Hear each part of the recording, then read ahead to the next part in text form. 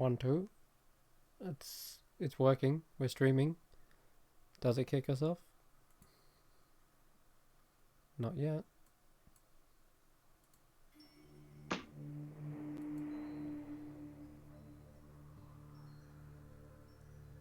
Seems to be working. Okay.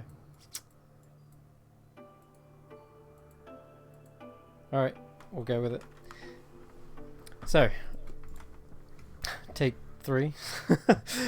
Sorry about the technical difficulties. I'm having difficulty speaking as well, seems. Right, we are back again live. Tomb of Annihilation, the Last Resort Company. We've got everyone working and audio is fixed, so hopefully it stays fixed. I don't need to do any more. Alright, so yes, last session, went to the Unk Shrine, picked up a cube. Nice, good job. Went to the Moa Shrine, picked up another cube. Hey, presto, nice, you got 5 out of 9. Let's keep going. Dive back in. Orvex has just still... yeah, you actually are still at the Moa Shrine. So you had previously used the Ring of Winter to make a wall of ice so that you could bridge the gap between the lava and Omu. So you're still sat on top of this column of rock. We've got 8 more charges on that Ring of Winter. I swear it was 2 last time, but it uses 2 to do the thing. Oh, okay. So you're gonna go back over using the same method? Yeah, seemed like it worked. If it ain't broke, unless it's broke. Please tell me it's not. Yeah. And it's broke. But this time Ignir's gonna make it so it's like a so it's 60 feet. So he's gonna do a V. So like the walls are gonna make like a V. So there's like no way that anybody can fall off anything. So we go through like a trough. Through a trough. You could toboggan it, like, you know, just... Yeah. It's like a chute. Nice. You keep your eyes on the skies just in case any more pesky gargoyles come back and attack you. Last episode, Jason nearly got hoisted away by these things and said that they were going to deliver him to an individual named Withers. And that, he would make good use of his flesh. Let that hang for a bit. Yeah. Is this like a carnal thing or? Maybe. And we don't want to go past. We want to avoid the shambling mound wasp nests. Absolutely. So you don't have to go back probably though. Probably go back down around.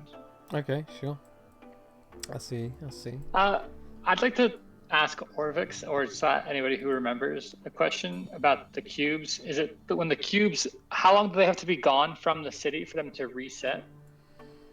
That was Jason who identified the cube.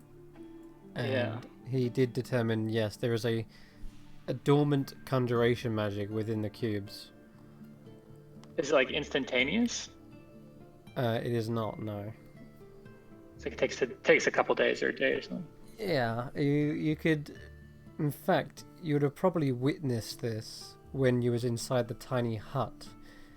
What would happen is, as the cubes were taken in there, each edge would start to light up over the course of, say, 2 hours. One edge would be fully lit, and then another edge would be lit by the 4-hour mark. And by the time the hut had vanished, at least... 2, 4 out of 6? Yeah, there would be 4 edges that had been fully lit up, like it was beginning to form a cage of light around the cube. But as soon as the heart vanished, the edges went back to being mundane, stone-like. And by that point, if 4 edges had been lit up, 4 of the 12, you'd hazard a guess it takes about 24 hours for a cube to pull back. Mm-hmm. Cool. Cool. Okay. So where is your next destination here within Omu? The unicorns? I'll mark off 2 more charges. So right now we have 6 charges left on the Ring of Winter. Okay.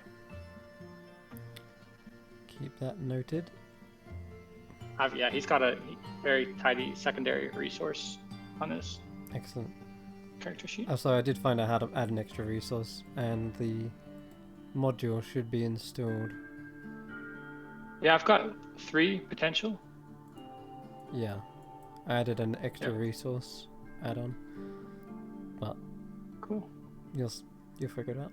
Anyway, okay, so heading back through the buildings and around through the log that spans the huge river. You do see a couple of crocodiles kind of swimming just shy of the log. They seem to be kind of gathered around the staircases, and you kind of narrowly avoid those, keeping your distance, and you cross over. Let's bring you back over to here. I forget the time of day when it was. I think it's like only. It's not late. It'll probably be like just early afternoon, maybe. Yeah, I think it is. Because we left.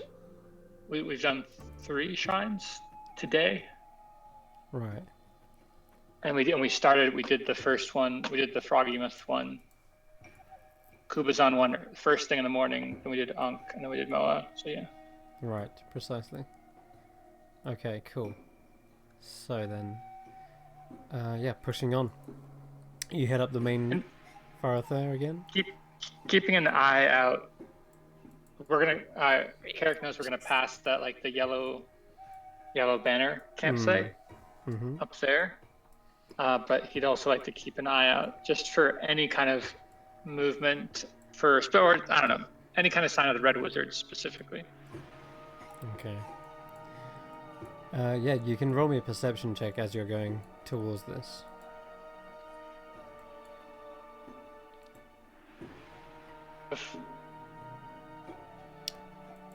That goes for everyone, of course.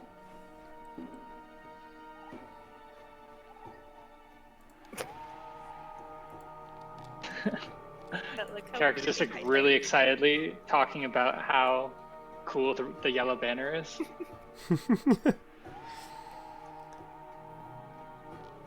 Yeah, Commander Brixton. He was a well-known celebrity back in. So when he dispatched somebody, he always had a cool, different catchphrase. All very exciting. Absolutely. Okay. Couldn't get enough of it out in Limbo. So, not much is catching your eye, Carrick, but let's see, Jason. Hello. There does appear to be a nest of some sort. That's... Where is it? Oh, I guess. Here we go. Another nest of giant wasps have congregated inside one of the building's rooftops, and you can see these buzzing around. Seems like another colony has gathered here, but doesn't seem to be anyone else surrounding it. Seems like the wasps have kind of entered in. Well, I think we should give them as wide a berth as possible. Okay. Wide berth. And as Rufus is going around as well, let's see what he finds. 1d6. Yeah, he does. 3 Tarasques. No. He sees more of these overgrown kind of roots pushing through the concrete and the cobblestone, and as you get closer, you do recognize them. They are Ryath roots. At first you might think they could be more shambling mounds, but they're very identifiable. If you wanted, you could harvest them, or I'm keep kinda pushing them. scared to touch anything. Do we already have a bunch of riot fruits to buy? Yeah, we do still have some. Memento. Yeah, we still have 2. Well, it looks like there's another portion here if you wanted them. I mean, we haven't exactly been in a huge rush to use the first lot, so maybe let's not put our necks on the line for. No, they're here. I'd love to give the campsite of the Yellow Banner a check out, just quickly. Okay. If you wanted to harvest some roots while I'm doing that. Just while you're looking for some signed merchandise. Yeah. I mean, he would have been right here. Oh, this same ground. Sacred ground, did you say? Well. The latrine. Look, the latrine is still full. It's Character for a minute.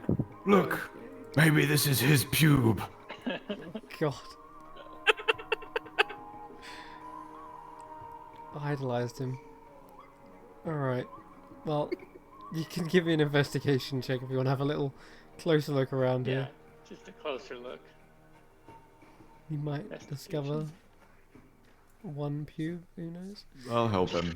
Okay. You know, history's what I'm all about. Yeah, it's. Wish it was the history. Investigation. That's the wrong button. Investigation. Well, I tried. Okay. Oh no, hang on. This is my pube. Oh, for God's sake. No. There is a lot of footprints and ground trodden here. So much so that it's hard to distinguish whose belong to whose. Though, let's see. There are still tents, and none of them have been returned to or packed up, which is a little bit worrying. You'd think that if they perhaps were explorers worth their salt, they would pack up their gear and take it with them. Mm-hmm. However, the only thing left is, like I said before, is this this letter here, which I've shown you before. Right. But I'll just bring it up Yeah. on screen again. But it does mention that the last time it says that they were going to investigate something. Yeah, they were headed to the entrance of the tomb. Mm-hmm. My gods. Other than that, it looks as though they had not returned. And it's difficult to make out which tracks are fresh and which are not. Okay. All right. I always found it just convenient where suddenly everyone starts journaling when they're in a dangerous place. It really makes it easy to keep track of the plot that's going on in the background. Carrick looks up from his journal. Like, yeah, how are those roots coming along, Raya? And then snaps it shut. And you'll look around for a while again, and the natural one is actually indicative that everything here has been looted. There's nothing here, like, except for the tent. There's no, like, packs or anything. There's no, like, belongings or anything. It's like there was a camp, and then something's come in, maybe taken everything, and then just left. Secret city, my ass. Seems every opportunist and shifty-fingered what's-it from Shoal to Waterdeep has been here. Well, there are kobolds around. You've noticed those before. Hey, now, I don't see the world through that lens. Okay. There are socio-economic factors and such. If you did want to go for the roots, Rivi, you can do. You can give me a survival check. roll a wisdom save. I'm so good at those. Sorry, survival. That's An 11, you can roll me a d6 then. Got some lovely roots over here. I don't think I rolled a d6 yet with my new dice. Oh, look at that. Oh, okay, not bad. You do find 6 Riot roots, Awesome. and you harvest Takes them. 6 points of damage. Stop trying to hurt me. Sorry. Not your job. You immediately assume the worst as soon as we start the session. Well, you're right too. Anyways, moving on. You were angry at OBS, and we thought that might make you angry at us. We heard your angry voice. Oh no. Okay. Mommy and Daddy are fighting again. Let's just get you to the shrine, shall we? So, coming up to this, You see cracked monoliths flanking the entrance to this ruin. There are saw-edged ferns growing in the courtyard between broken flagstones, and a pair of stone doors provide entry to this large, flat-roofed ruin.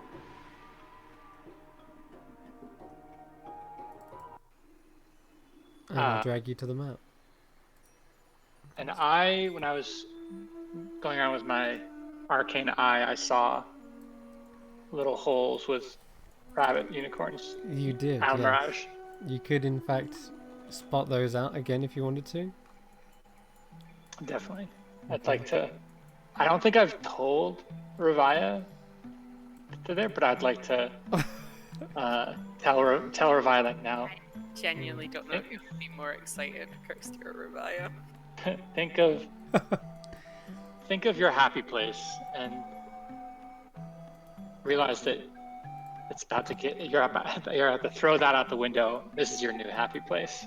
As like kind of just like waits and points out to some of the little burrows. The little burrows are pointed out, and they're just very well hidden beneath some of the brush and shrubbery. But you can see them. They're around like kind of the edges of the entrance.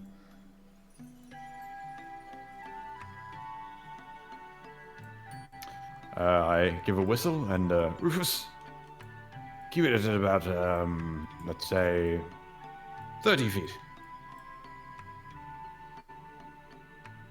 Thought you were gonna have Rufus attack one. Yeah, dragon's breath. I don't want to startle any of them. Oh.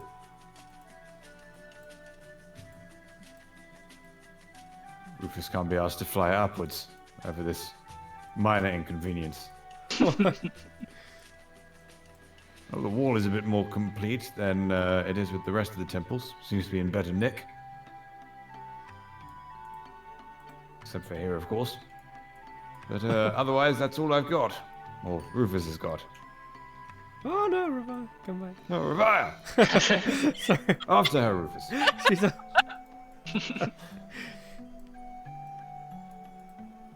Oh. I think I saw a glimpse. I think all of you've probably been seeing a glimpse if you've been on the ball. Vorn lets out like a little it sounds like it's like a screech, but it sounds like a squeak as he like just taps his fingertips together. Best boy. You may well do that. Ravaya, you're one of those nature hippies. Make them love you. Nature hippies. What? Can I try and beckon one over? You can. Well, you do spot something then, as I'm moving around the tokens enough. You do spot there is a tiny little rustle from beneath the hole, and a spiral unicorn horn pokes out the end, almost like a little aerial, followed by two ears kind of flanking the horn, and they twitch and turn to try and hear the sound of your voices getting closer. And eventually they're curious enough to poke their little head out. This is it. This is how I want to die. Good, because roll initiative. No. Oh no. Against Ravaya against us. Ravaya and yeah, maybe they like the little roots. What do the roots do? I forget. I think it's temporary hit points. They should love that. They must have only one or two. Look at the size of them. Yeah. They don't seem to shy away from you, but they don't seem to like immediately jump towards you either. They're rather curious like creatures. Yeah. And they seem harmless for now, but they definitely duck underneath their burrow after watching you for a second or two. Ravaya is just tearing up.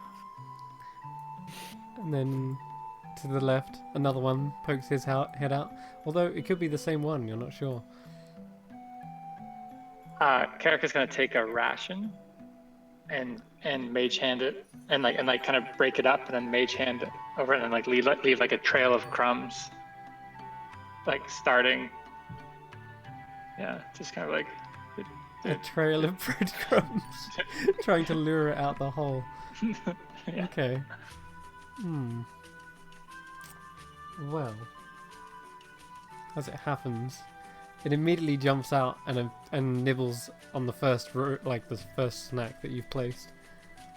Doesn't seem to be at all shy about eating this. It knows exactly what it is. It's probably munched on many before. Just hold on a sec. Rex, I swear to all the gods, if you try to shoot that with your sling, I will end you.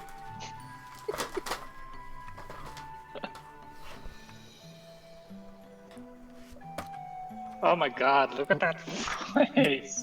Look at the face. So cute. It My says, heart is not but okay. And like the little semi-halo of hair, he looks like a middle-aged man, but in a cute Yeah, way. yeah. no, leave him alone. So Orvik says, That's just baldy. this is quite a rare little animal. They're basically the spitting image of Aijin himself. Well, Aijin was your kushi, wasn't he? He was a what now? I do not speak this tongue. He was a little cutie, you imbecile. Oh, okay. Okay. The Amaraj does seem to hop closer and closer, but it's almost ready to pounce away at a given notice. It's kind of very, what's the word? Fickle. It seems. It's not sure whether to come back or go forward. Let me just get a Nalmirage handout for you. Don't, I will cry. No, it's They're so happening. cute. It does hop up and it's looking towards you now. It's got its little hands side to side, and it's just parked its bum down. It's just parked its bum down and it's looking up at you as it's nibbling on this root. There he is. I'm dead. What's that? I'm out. We can go home. If we, Omu need has no greater treasures for us. to, if we need to fight these guys, I can't. Backup character. I just can't. Another one. They seem to be hopping out. They're getting closer and then they pass by and they start gathering around all these little snacks on the floor. Oh my god, the underside of their paws are white. Yeah. Oh. I'm sorry. They all look to you and then almost simultaneously, almost like meerkats, they all look towards the door as well. And as you follow their heads, you notice there is an inscription on the outside of the shrine. Ignir will do his job. Okay. Yeah, he kind of goes over and has a closer look. Yeah. There are sculptural reliefs decorating the doors of the shrine, and the carvings show the horned rabbit charging at a small, feral-looking bear with sharp claws. And the cuneiform message etched into the door reads, Aijin teaches us to take the path least expected. Least expected? That's what I said. Ignis repeats. Alright, Orvix. no need to. Orvix chimes in. And he goes, well, Aijin always taught her followers to live unpredictable lives and always changing course. Never sticking to a plan, you know? But I think we'd do well to heed the message. I think I'm putting down what you're picking up, so, hey door, check this out. And I walk 3 steps backwards. Huh? Oh. Doors remain still and shut, but the Almirage seem to also step backwards as well. I take a couple of steps forward. They step forward again. I take a little step towards them. this one does something completely unpredictable and backflips and spins around like doing a somersault, and then runs up this wall and backflips off of it and lands. Well, I do that. Okay. Do fucking parkour. Roll me an acrobatics check, Jason. It's a dance-off. Oh my god. Oh no, it's not a dance-off. That was almost like me. They strike whilst you're falling prone. Worth it. When I say they strike, they use their. Well, they do have a horn attack, believe it or not. But Oh, no, I they believe it. just In fact, you know what? Screw it. I just want to see if this does Are they anything. attacking you? You take 5 nuzzle damage. No, I'll take it. It's not actually damage. It's just It's actually 5. temporary hit point. Yeah, right, exactly. Something like that. But yeah, they seem to like jump off of you as you've fallen onto the ground, and they backflip off of you as well. Oh, that makes my failure all the more tolerable. Ignir just rolls his eyes because he's a heartless monster and goes and opens the door. Okay. Oh, I said I wasn't going to do this again. Oh god. It gestures for Vorn to open the door. That's true, yeah. Whose straw is it? Just to open the door, just to see what's in. Okay. And we know, and we're assuming it's a pull door again. You're assuming it's a pull, good, because it actually is in this case. As soon as you open the door and the heavy stone kind of grinds and opens fully, you see all 3 of these Almirage immediately scatter back into their burrows as the gloom inside is revealed. So, what we have here is a 10-foot wide hallway, and it sort of, as I say, extends off into this gloom. However, there's something that catches your eye immediately, and that is the decorated flooring. Carved tiles depicting various beasts decorating the hallway floor extend all the way up about 20 feet before it reaches a T-junction, effectively. There's not much light in there.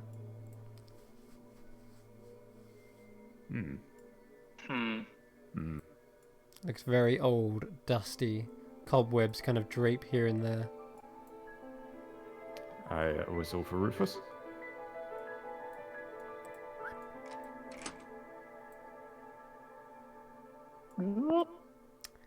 Okay, Rufus. So how far is that? I'm just going to pause a sec. It's 20 feet long. 20 feet? Revi, you can jump 20 feet. Or maybe just feel like, yeah.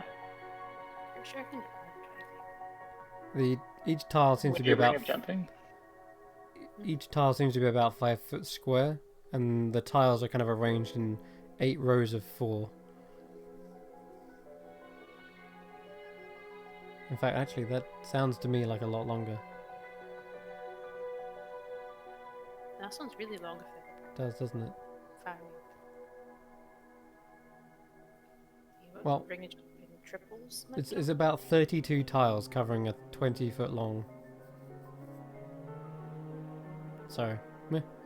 But you can see they depict tiles of like Almirage, dragonflies, eagles, giraffes, monkeys, tigers, warthogs. There's even zebras on these tiles.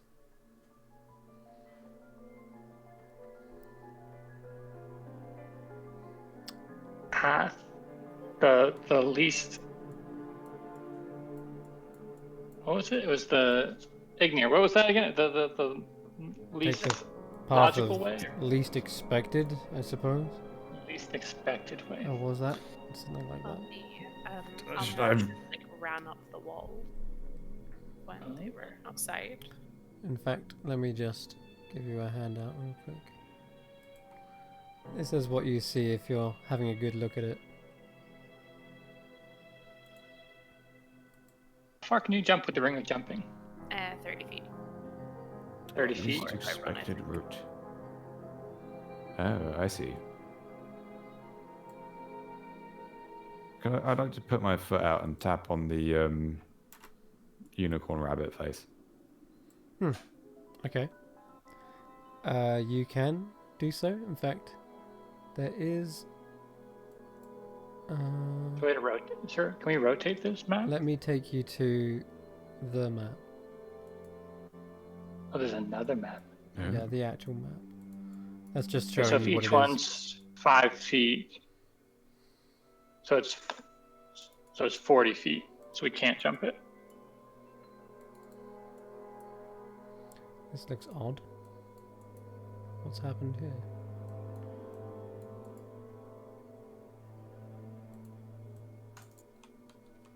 Huh. Bizarre. Okay. Don't know why it's that.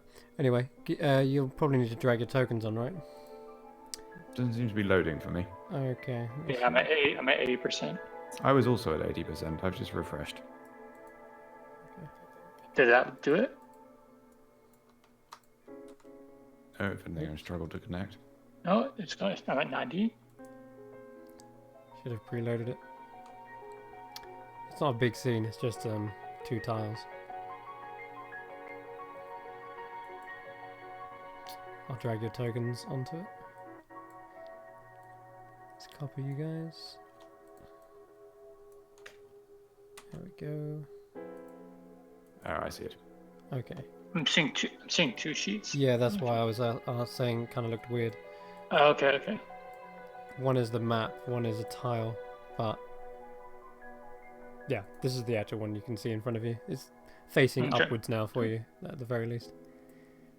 And it seems Jason has just stepped onto the Almirage, and you press down your foot onto a solid tile.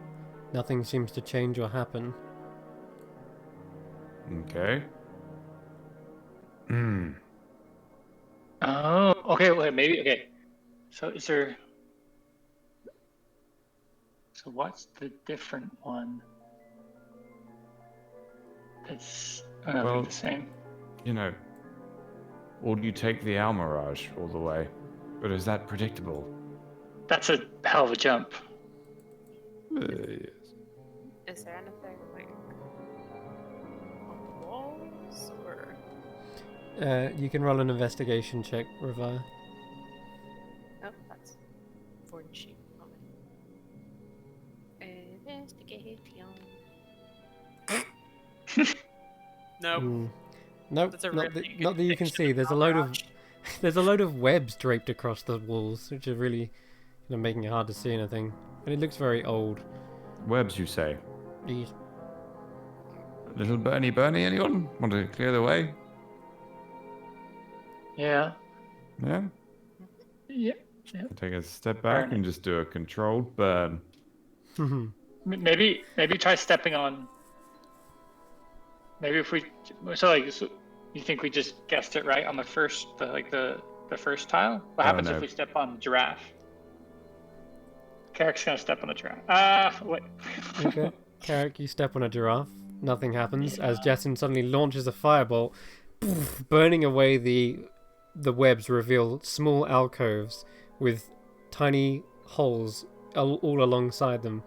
There is clearly some sort of trap. There's alcoves, by the way, along every single tile. Every 5-foot square has got these arrow slits. They're big enough to be an arrow slit as an alcove, but there's clearly holes all aligned along them. And Carrick, you just stepped onto one of them, just as all these traps are revealed, and nothing happens.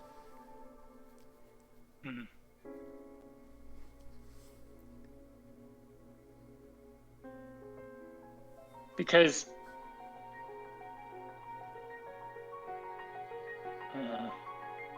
okay.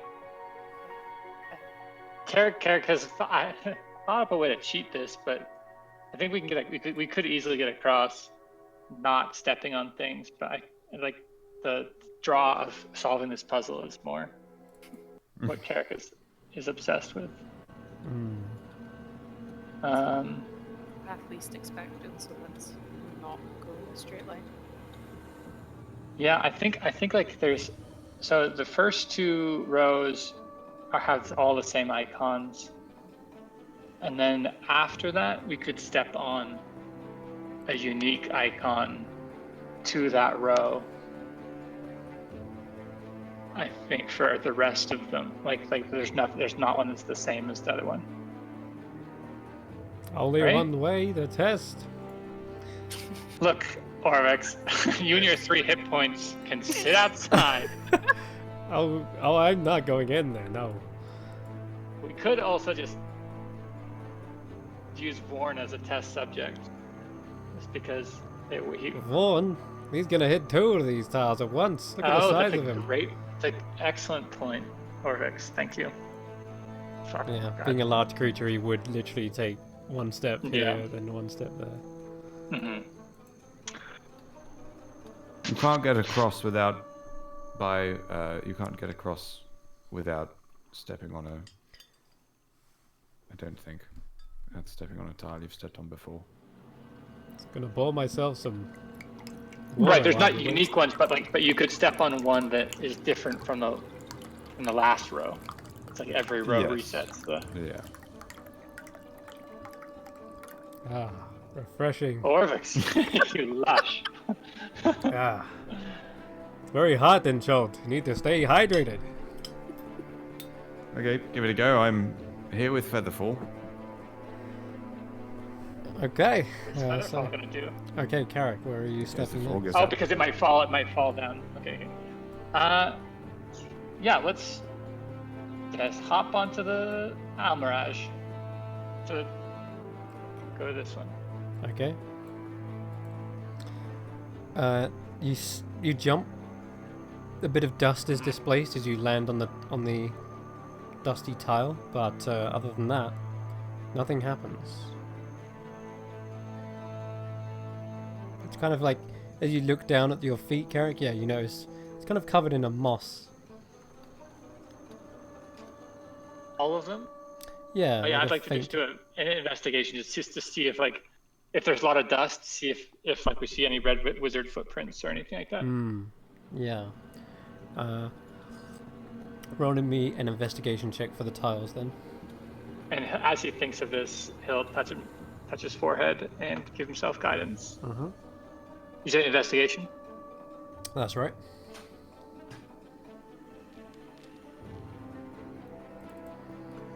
D4. 24, okay. You carefully look around at the seams of all these tiles and the 29. moss.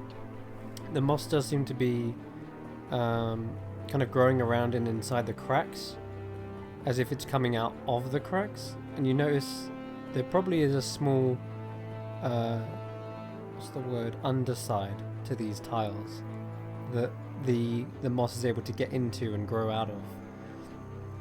And if that's the case, you either squat down and kneel really close to the ground to look across the tiles, and there's some that seem to be elevated other than like just a millimeter or so than others. Now that could be potentially where they are slightly like made on the earth, or just like shoddy workmanship, but a keen eye such as yours with the 25 The 29, actually. of 29 is a better tell that these are indeed pressure plates, every single one of them. So maybe we need to get like the right combination to unlock a door or something.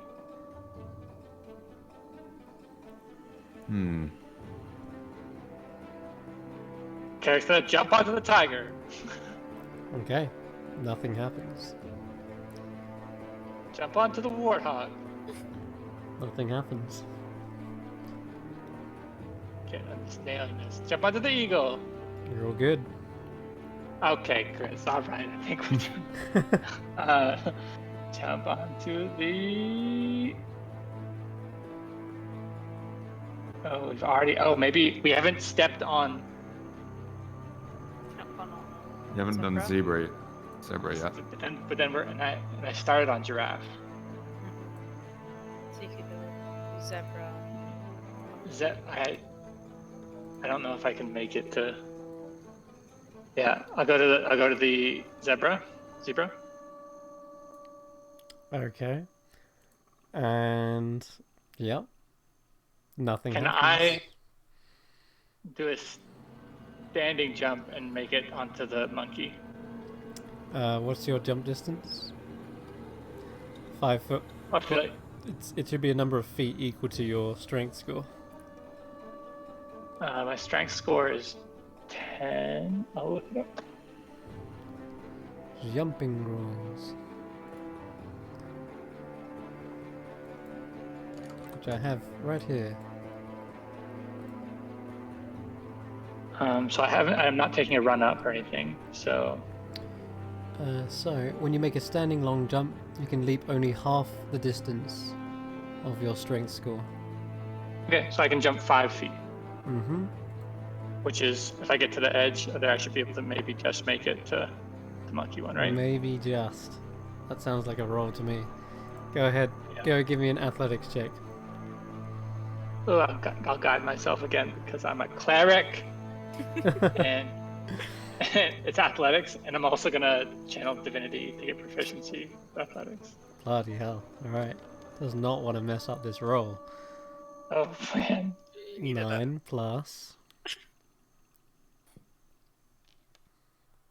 1, 10 plus proficiency. That is, I You toggled ticked the it. thing. 10, really? Well, that is just enough. That's literally the DC was 10 for me.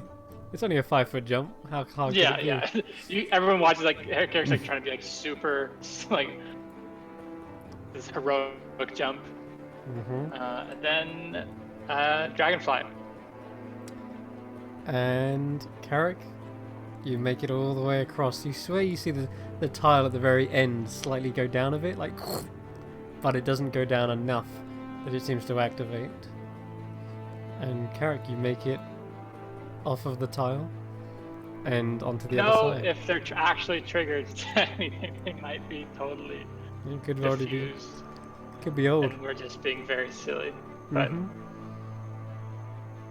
Well, good job, Carrick. You definitely solved that puzzle, I think.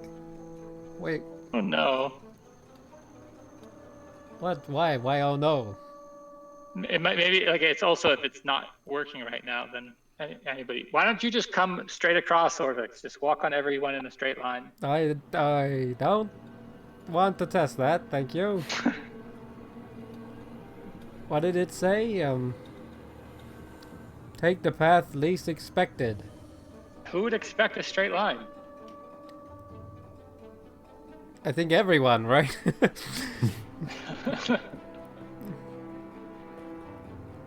Well, what's over there? Unless I'm someone gonna else- wait and see Okay, you're waiting. for somebody else to come across. Okay. I'd like to take the route that I've just selected. Okay. Well, hog, giraffe, eagle, dragonfly, eagle, zebra, tiger, almirage. Yeah. Yeah. Okay. Step onto there, onto there, onto there, onto there. Serpentine. Serpentine. And as soon as you step onto this tile, Jason, you see the tile. It pushes into the ground, and you feel yourself go down like an inch or like several inches into the ground, and the moss I know. kind of sifts up from it. And I'm afraid, straight after that, you see the alcoves spit arrows and darts straight towards you. Oh, you're right in the middle too. Yeah, you're not in a good place. Hmm. I'm afraid we're gonna have to fire some darts at you.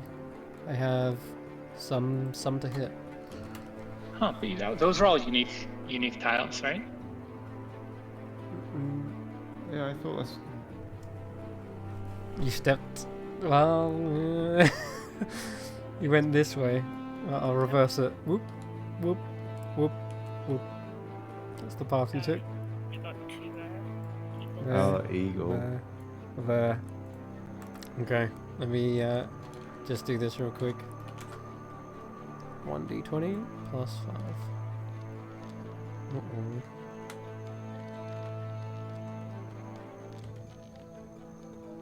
20, 23, 9, and 18. Well, I wasn't blade singing, so anything over a 16 would do it. Okay, in that case, 3 of the darts do impact you. And you take some damage. Just do these. 3d4, I believe. And I need you to make a constitution save. Oh, that hurts. For each of them.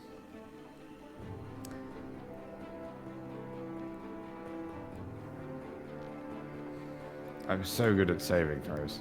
Oh god. Okay. Yeah, that's all fails, I'm afraid. That's nasty.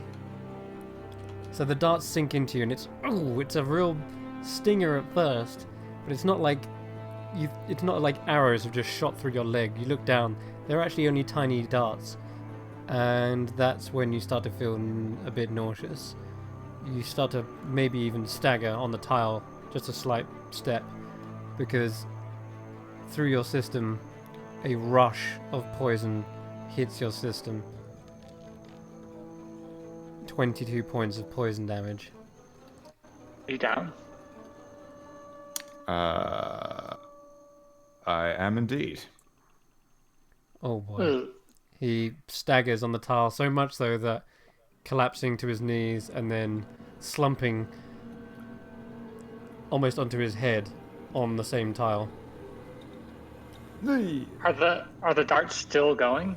No, only 4 of them fired. And those holes have... Yeah, Karak's gonna cast a healing word. Okay. Go right ahead. I am selecting. I'm gonna get rid of the other thing so you can see it clearly. 8. Healing. Delicious, thank you. Oh, those sting. Fuck. Ow. You have the scientific method is intact though. Yes, and you've done an excellent job proving that this actually is a trap. Yeah, that was my intention all along.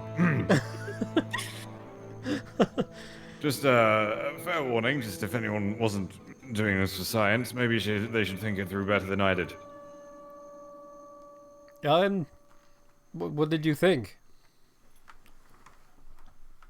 You were just going in zigzags? Was that your plan? No, I was trying to avoid them all. I just didn't notice that I hit the eagle twice. Oh, so you did.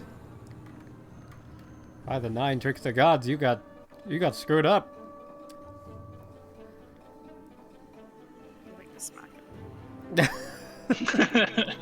Well, what was the route I came? You started on the warhog, and then Yeah. you went giraffe, eagle, dragonfly, and Yeah. then eagle again. Big mistakey.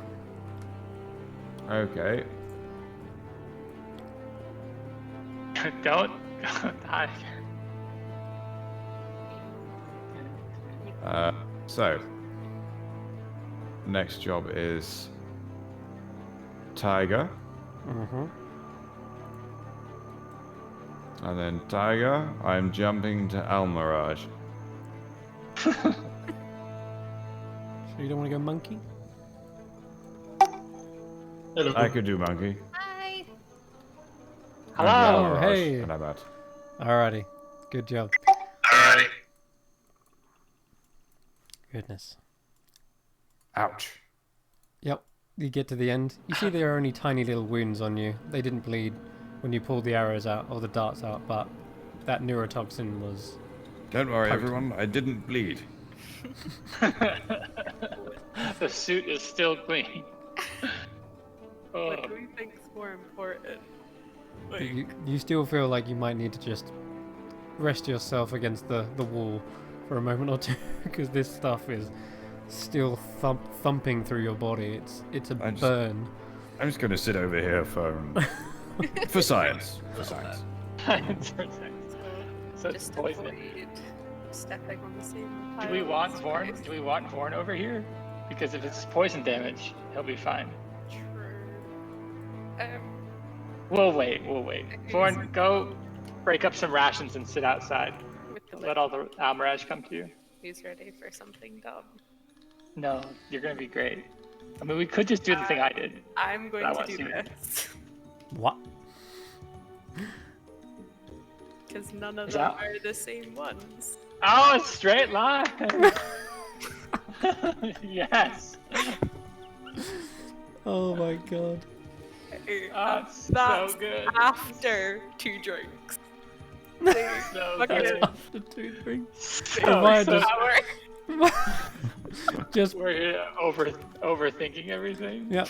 Ravaya just does this catwalk strut down the line. Perfect line. You Yep. can tell by the way I walk. I'm fucking in charge. Yep. One foot in front of Sometimes, the other. Ravire, I remember why you're the captain. Yeah. The trap dare not spring on the captain. Oh man, so good. Boom. Mic drop. Very, I honestly very thought I was good. gonna die.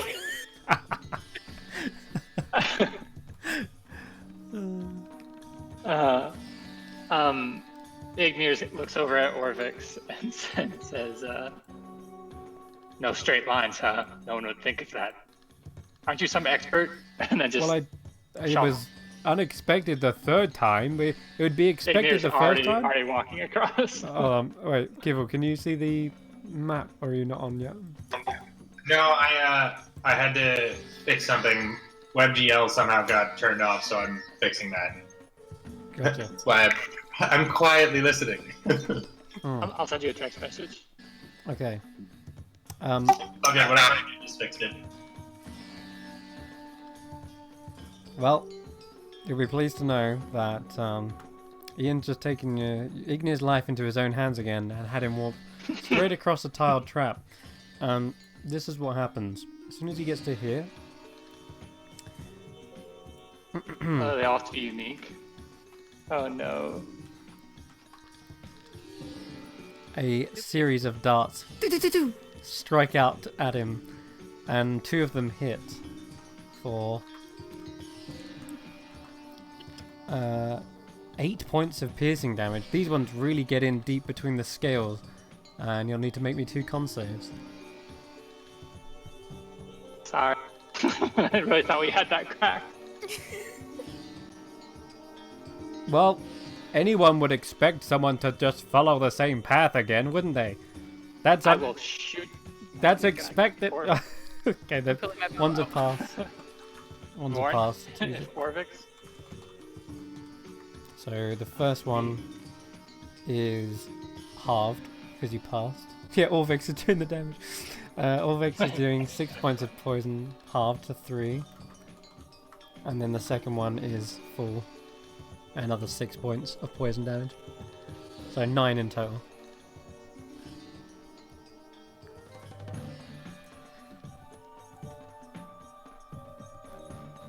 Yeah. Yeah, burn. Oh god.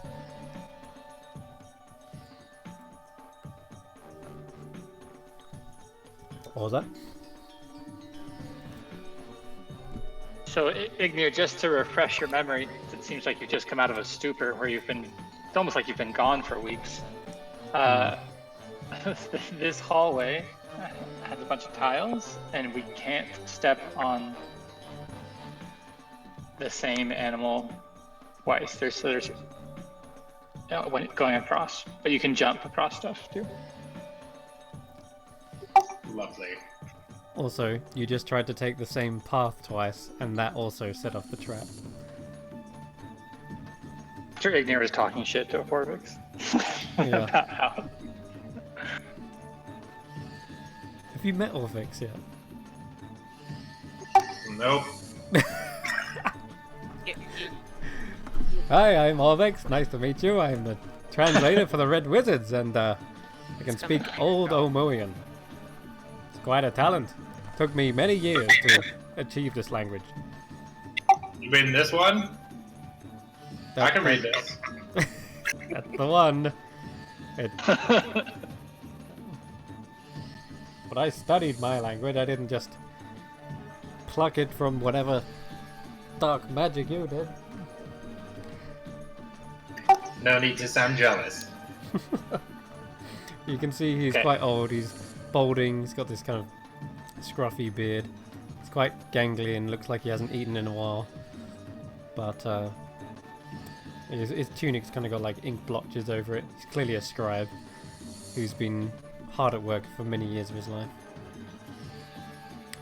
But yes, if you can see the diagram in front of you, Jason took... I'll just draw it out for you. Jason took this route, got stabbed a bit, and then...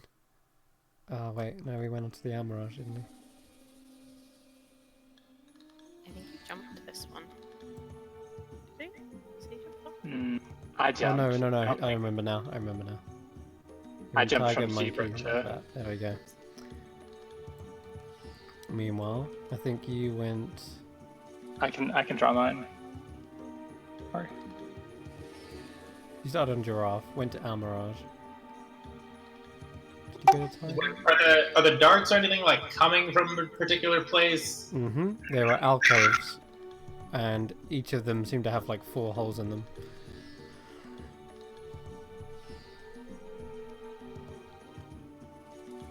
That's the one.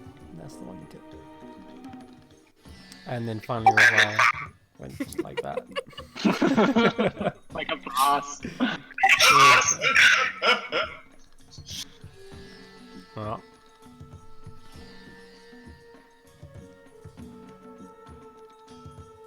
So those are the routes already taken. Probably don't go And forward. all of though. those. Carrick looks very unhurt. Mm-hmm. He got a perfect clean run. And you can jump from. You can like maybe skip one.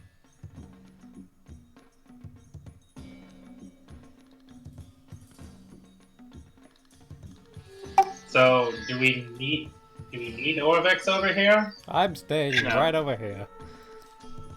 He's very helpful. I can see that. So we're all past it, right? Except You're for you. you still have to. Get over. You have to step on stone. You just can't step on a rabbit or a giraffe. Step on And I wouldn't go forward on the warthog either. That's so helpful. So go eagle. Go eagle. Or thunder step across. Either way. Wait. So which side am I on? Am I technically on the side with Orvex, or am I on the side with all of you guys? forward. Yeah, you're on the side with Ove. Can you see the diagram? Yes, but it looks like my token's at the top. Hold on, I'm gonna move it. Oh, is it? That's probably why we're having confusion. Yeah, sorry. Let me... Oh, that's fine. I was just a little confused. You ended Okay. up here. Oh, so I'm right. Oh god. You've gone this way. No rabbits or giraffe. Even though we just talked about how no one's supposed to stand on the same tile twice. Well, that's what we figured out because of you. Not necessarily the same tile twice, but also the same path seemed to have just triggered the trap.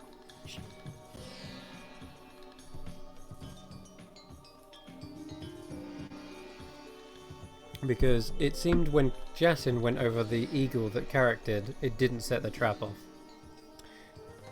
Same with the monkey. They both stepped on this monkey tile and it didn't go off. That one went off with Jason. Yeah. Where they crossed, but that's because he So, if I were to say step right onto the zebra, Mm-hmm. the new one. It's the same row. We haven't affected that.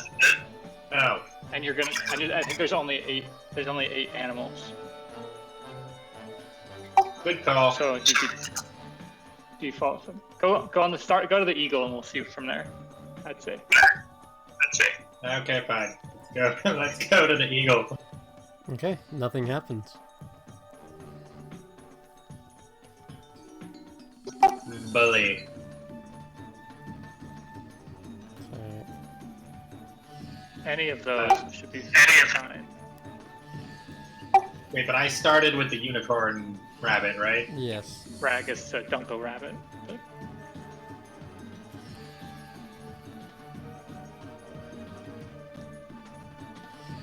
Okay. Can I go? Oh god. What even is that? Then to my top right. I don't even know what type. Is that a boar? Yes. Yeah. Nothing happens. Can I go to the tiger? You're good. And then the dragonfly? And then the monkey? And then what? And then And then where? jump? Yeah, you can try and jump. What's your strength score? 12? Cool, you'd make it at no problem. Just half your jump is about 6 feet, so you can easily do a standing long jump and reach the other side. And we'll take you back to the 9 shrine. Guys, I don't know why we were struggling with that. It seemed fairly straightforward. After we explained it to you. Shh. Okay. And yes, I'm not sure why there was a thing there, Justin. But you make it over to the other side, and as you look back the way you came, oh god, Igno, get back.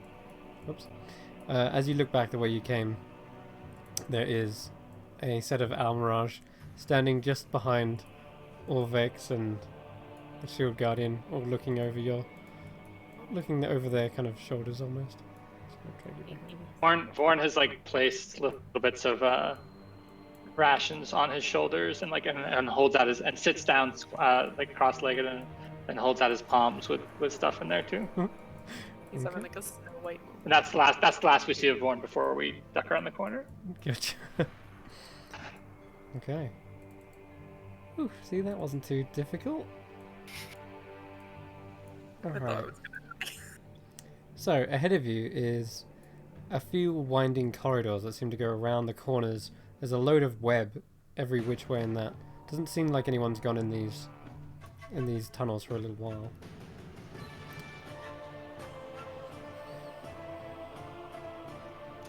Oh, Dusty I've learned room. my lesson, so someone else can go first. I'll go first. Okay.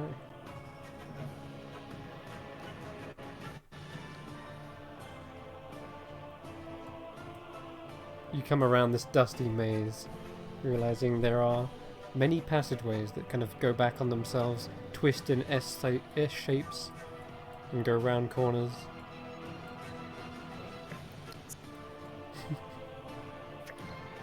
Okay. Are we splitting the party? Or are we following? I'm following. Yeah. As long as I'm not going first. It's not Should we be looking for? It seems like secret passages or doors have been a thing. While we're looking, should we be looking for? It seems we can let it As you're saying this, Carrick, should we look for like traps or hidden doors and such? I'm afraid, Revire, you step onto a tile that suddenly drops down a few inches. What do? Click. Oh no! Yep. Is there how wide's the hallway? 5 foot. 5 foot. Okay. Is there anything on the walls? There's about to be, but at this moment you Can I can jump hear back? you can hear a click. Try to jump back. Okay. In that case, then, try to jump back from the space you were just on. So, let's do. Yeah, I'm gonna do this. Roll d20. Oops, should be plus something to hit as well. Plus, what's it called? 6. So 11. You manage to jump back just in time as you see this huge axe blade come swinging from the ceiling in a hidden compartment, and it sinks back into place into the ceiling as well. Man, my instinct was to like. Yeah. my instinct was to like do that like that wall jump thing where you like put your legs in your arms That's and what press I against the was wall. thinking. And I was just like That would be so much worse. bisected. Oof. That's why when I Oh. asked if there's anything on the walls, he said not yet. I'm like, right, go back. Yeah, it seemed like it came from the ceiling after all of that. All right, keeping an eye out. Should we try this way? You can, yep. There's a lot of dusty webs you kind of have to push your way through and past. It's a good sign that maybe nobody is coming I this way. shout out, if anything looks suspicious, send Rufus. Why isn't Rufus leading the way? Period.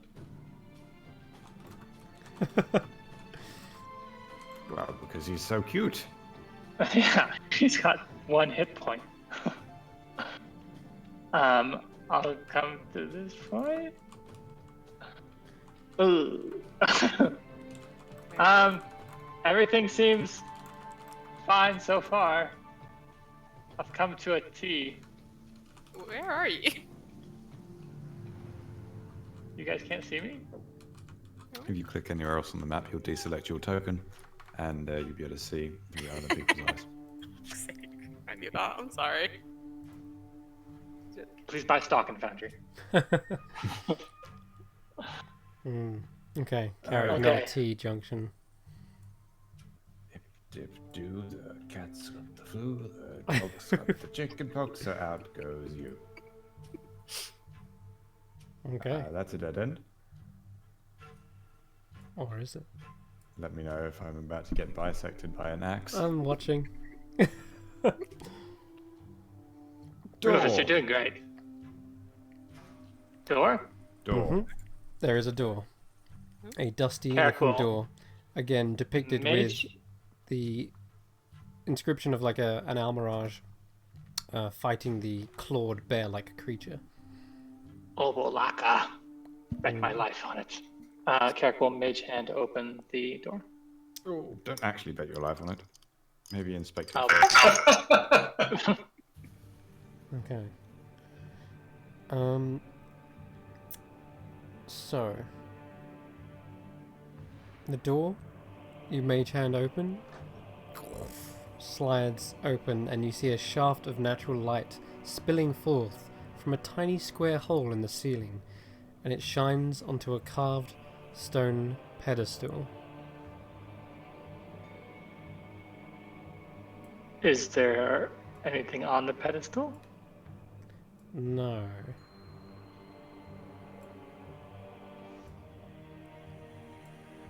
Ooh, I will cautiously enter, just peer, and yep. Come in here. Okay. You peer inside, looking around. This is, again, it's a dusty chamber. Doesn't feel like there should be, what's the word, anyone have like been in here. But as you're looking and carefully trying to observe things, I'd like you to make a perception or an investigation check. Your choice. Perception. Good. Yeah, okay. So there is no obvious signs of a puzzle, a lock, or trap within here. Seems like everything is just a stone chamber with a stone pedestal. There's no lock or key or anything like that of that nature. But it's odd. You're not 100% sure that there should be anything more to this. There should be a stone cube there, and you don't see that there is like a what's the word? With your perception check, it looks like the stone pedestal has actually risen. Does that make sense? Normally the other ones, they've been underneath and then they would corkscrew up. And when you're carefully looking at the pedestal, you can see there is no like hole all the way leading down. There is indeed a small square platform that would have rose up out of the pedestal. Oops. Meant to click that. There we go. But we haven't, and it's been so dusty and spiderwebby, we haven't seen any That's the weird signs thing. Yeah. of like the red wizards could have gotten here before us. Surely not. But that doesn't make sense. You can. Your Wouldn't eyes be doing my may be job drawn- if I didn't ask about these doors over here. That's true. There are. It's a single door, but yes, you can have a look across. Maid's hand open that one. Okay. Let me just open it. There we go. It's the same door, same thing. It just came across weird. Okay. You come across to here. And again, another dusty web in front of you. And your discerning eye looks at the web for a moment. And with your perception check of a 21, up till now you've just been pushing these out of the way, and they've just fallen away. Nothing's come out of the web. There's no like creatures that have crawled away or scattered, and they're big webs. You'd expect there to be a big spider somewhere, but in all these times you've pushed webs away, you've not seen any spiders at all. And as you look carefully at the actual web itself, yeah, sure, there's dust on it, but it doesn't feel like the dust has landed on it from the correct angle. It seems like it's been on the side of the web rather than on top and draped down, like normal dust would. It would kind of like settle from the ceiling. The dust instead looks to be like it's been thrown at the web at the side, and you're seeing it from this. In fact, that's probably what clicks in your head. You're seeing the web from the other side. It's perfectly clean. All the other webs you've made your way through have been dusty. This is a perfectly white, fresh web. So can I inspect it? Is it real web? Is it? You can inspect it. There's a nature check. Isn't it? Yeah, nature check to see if it's a It's real not web. It's not an illusion or anything like that. The last ones you did interact with and felt real. Yeah, that's not that great. It seems like normal web. There's no illusion to it. You can feel it. It is sticky. In fact, it's very sticky. Like it was fresh. Is it a big spider or we can heck him back? Yeah, maybe they've got like somebody who can make. Maybe they like. I feel like every other pedestal we've seen has come up, like has like presented a cube, right? Yes. So this kind of smacks that somebody's gotten here before us, and maybe they.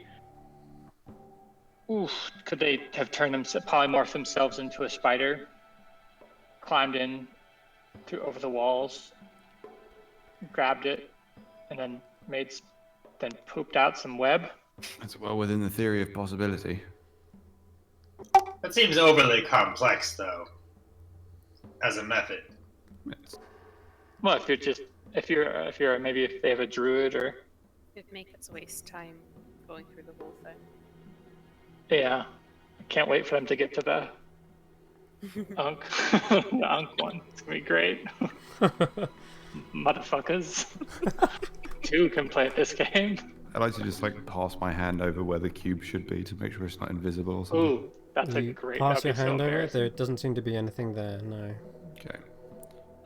Should we take 10 minutes? I'd like to cast a spell. Okay. Okay. If anybody. Are you Check. still alive in there? Yeah, we're just Okay. gonna take 10 minutes. We could also do this outside. Okay. You should see all of the amazing Emuyan in here. It is breathtaking. I'm Is coming. there any Nice. No. Zing, zing, zing, zing. Um, Well, I've got almirage out here. Is there any text on the walls or anything? Um, yeah, Red Wizards was here 2020. No. There is another depiction of the mosaic across the wall, which is the only... It's kind of rough and worn away, but I'd say that's the only thing of interest in here. It's on the doors as well, but there doesn't seem to be any text, no. Just the ornate stone pedestal. And should we go? yeah, you head check out? over here, and there's no more tricks and traps to this room. Carrick gave it a good look over with a 21, and Jason, I noticed you were investigating. What was that for earlier? Was that for the cube itself, or? Yes. Yeah. Okay. It does look like, as you're kind of passing your hand over, it does look like there may have been something sat there, but it is no longer. And it's annoying because I swear that no one's been in here, and yet you look around and all this dust everywhere, and the web that Carrick is looking at is completely white and fresh, except all the webs you've cut through have been dusty. I It's tried only the pushing backside. Try pushing the pedestal down. You can actually, yeah. There is some give to it. There is some give to it, yeah. You could push it further down. Okay, I'm gonna try that. Okay, it's a bit stiff, but you can push it down. It feels like you're pushing against a mechanism, and you can feel like the clunk, clunk, clunk reverberating as you're pushing down on the stone. Maybe like a gear that's pushed into place, Okay. but it isn't locked, so you can push it all the way back down. Yeah. Yeah, and if I push it all the way back down, then what? I And could be doing something stupid here. Yep. You feel Yep. you feel it gets out of reach eventually, and you'd probably have to use your mage hand or something to push down. Either that or like use your rapier or anything like that. But Yeah, you I use my mage hand. As long okay? as it's- You mage hand all the way down, and you hear it as it clicks back into place. Realizing immediately, Jason, that these can be reset. Well, I suppose that makes sense. It'd have to be if the cubes can teleport back. Manually.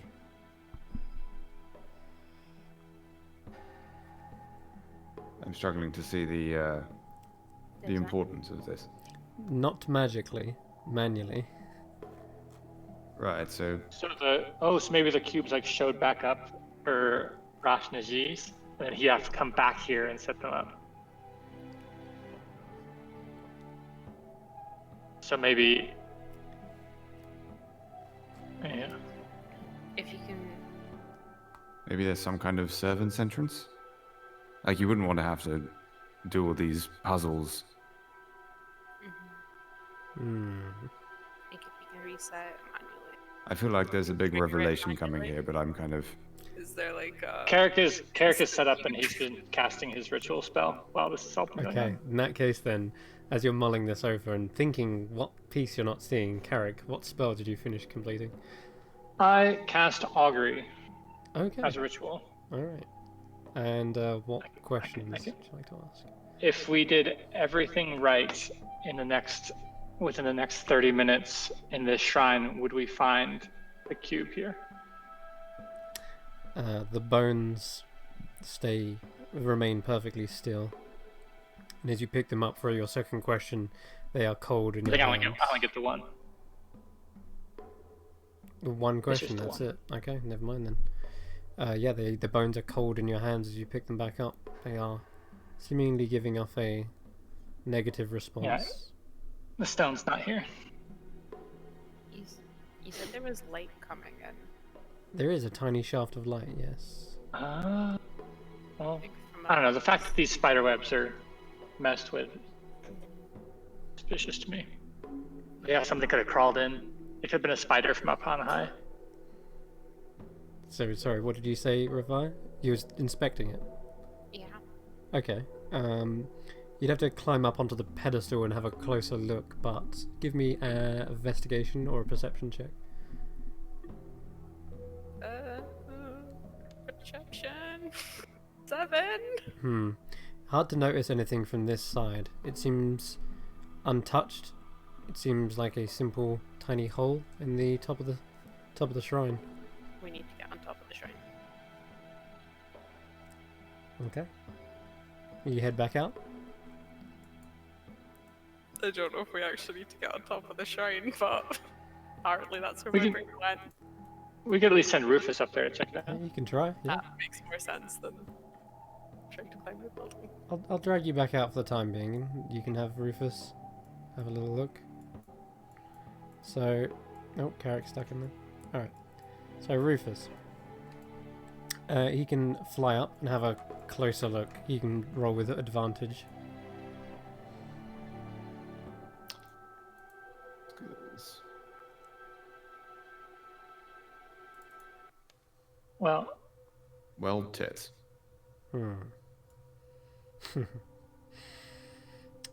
Hard to see. There's actually a lot of overgrowth where the moss has kind of covered up the hole almost. Yeah, it's almost overgrown with moss. How tall is the shrine? I said about 20 feet tall, didn't I? I think. Let me check. boosted. No, actually, it's not that tall.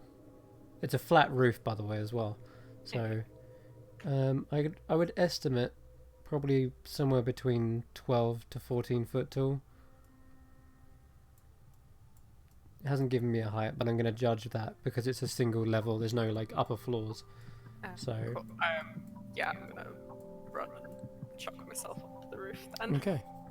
Yeah, give me either an athletics or acrobatics check. Ooh, even using the ring of jumping? Oh right, how far can you jump with that again? My jump distance is Tripled. tripled. Okay, yeah, I think you'd make it, no problem. All right, Revi, you're up on the roof. Cool. You can walk around to the hole which Rufus is kind of trying to fly above. And I'd like you to at this point to give me a survival check, because this isn't something perception based at this point. Okay. Something else. 18. 18. All this time you've been looking for the cube or some sort of trap or trigger that you're missing, a piece to the puzzle. But instead you find something that's much more revealing and telling. There are tiny little tracks. They are about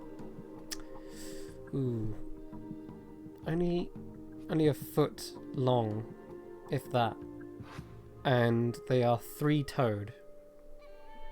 And they seem to have sharp, pointy tips to the end of it, because they have scraped away some of the moss as they have walked across the ceiling of the shrine.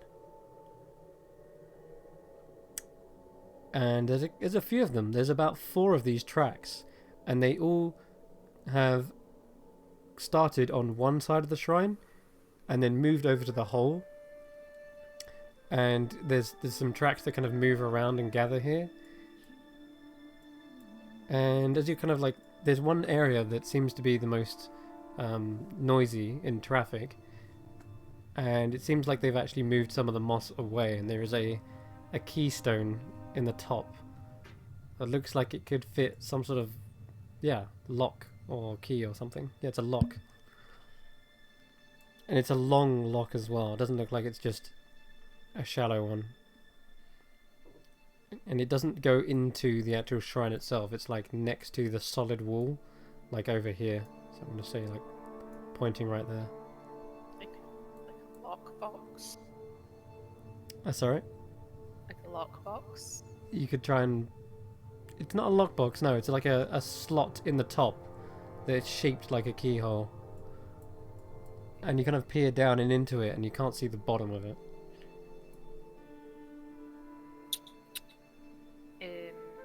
If Rufus is still flying about, point this out so Jason can Yes.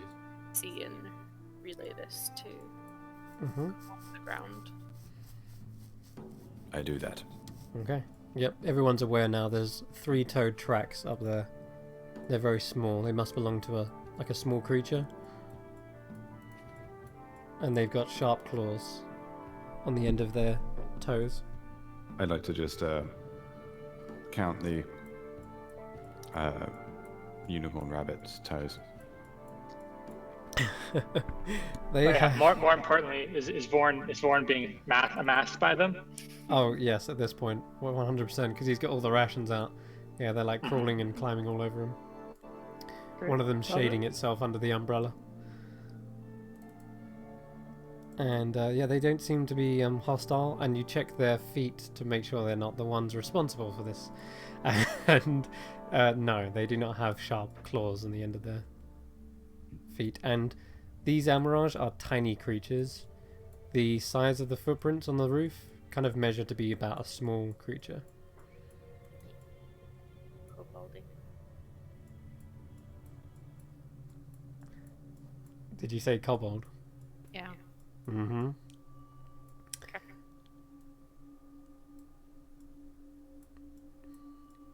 That's your best guess.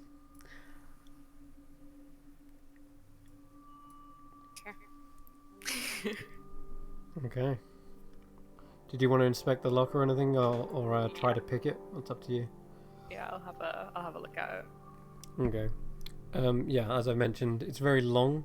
It looks like it less fits a key and more fits like a rod that would be inserted into it and maybe turned. Okay.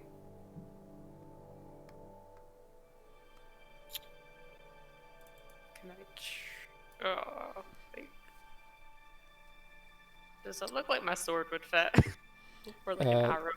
Not your short sword, but maybe a thin rapier would be able to.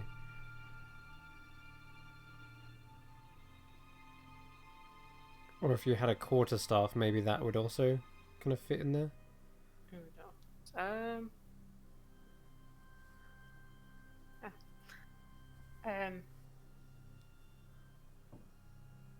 Jason, Yes? do you still have your rapier? I do indeed. Do you mind if I borrow it for a moment? Certainly. I kind of whistle and Rufus like grabs it by the hilt. Mm-hmm. I will. Arduously hopefully- drags it up. I will hopefully return it in one piece. Okay. I just want Rufus to try and rapier someone. Tiny So- burb. It is hoisted up to you, and it inserts quite. It's thin enough that there's some give in the actual hole as well. And you're going to try and pick this lock with a rapier. I'll say. Yeah. No. Have you got any proficiencies with thieves' tools? Nope. No. Okay, then in that case, just give me a sleight of hand. Okay. Mm. 10? You jostle it around enough that you're confident you can't do much with it. Yeah, it does feel like it clicks against something once or twice during it, but every time you try to like arrange it, you realize, yeah, just a thin, narrow blade's not going to be able to like angle the things right. Yeah. Okay. You said there was like a lot of moss on the roof. Can I just kind of kick some of it up and see if they've left anything behind? Yeah, you can. What would you see?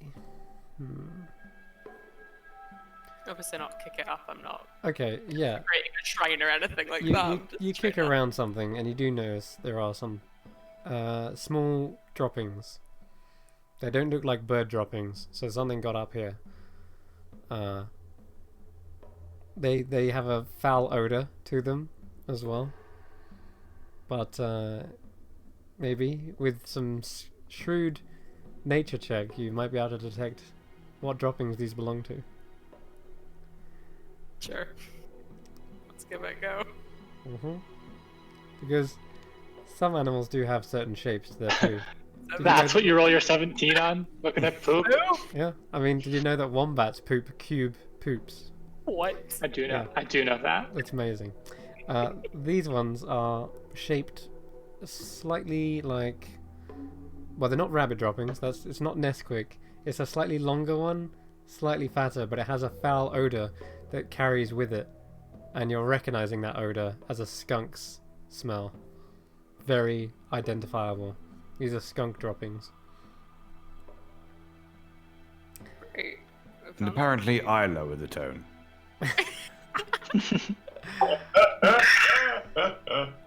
Does anyone remember where the Cobalt do skunks were? skunks. They did, but not just any old kobold. You recall back to the mines, the Wormheart mines? They were the special ones. Kobold inventors. They had cages with skunks inside of them.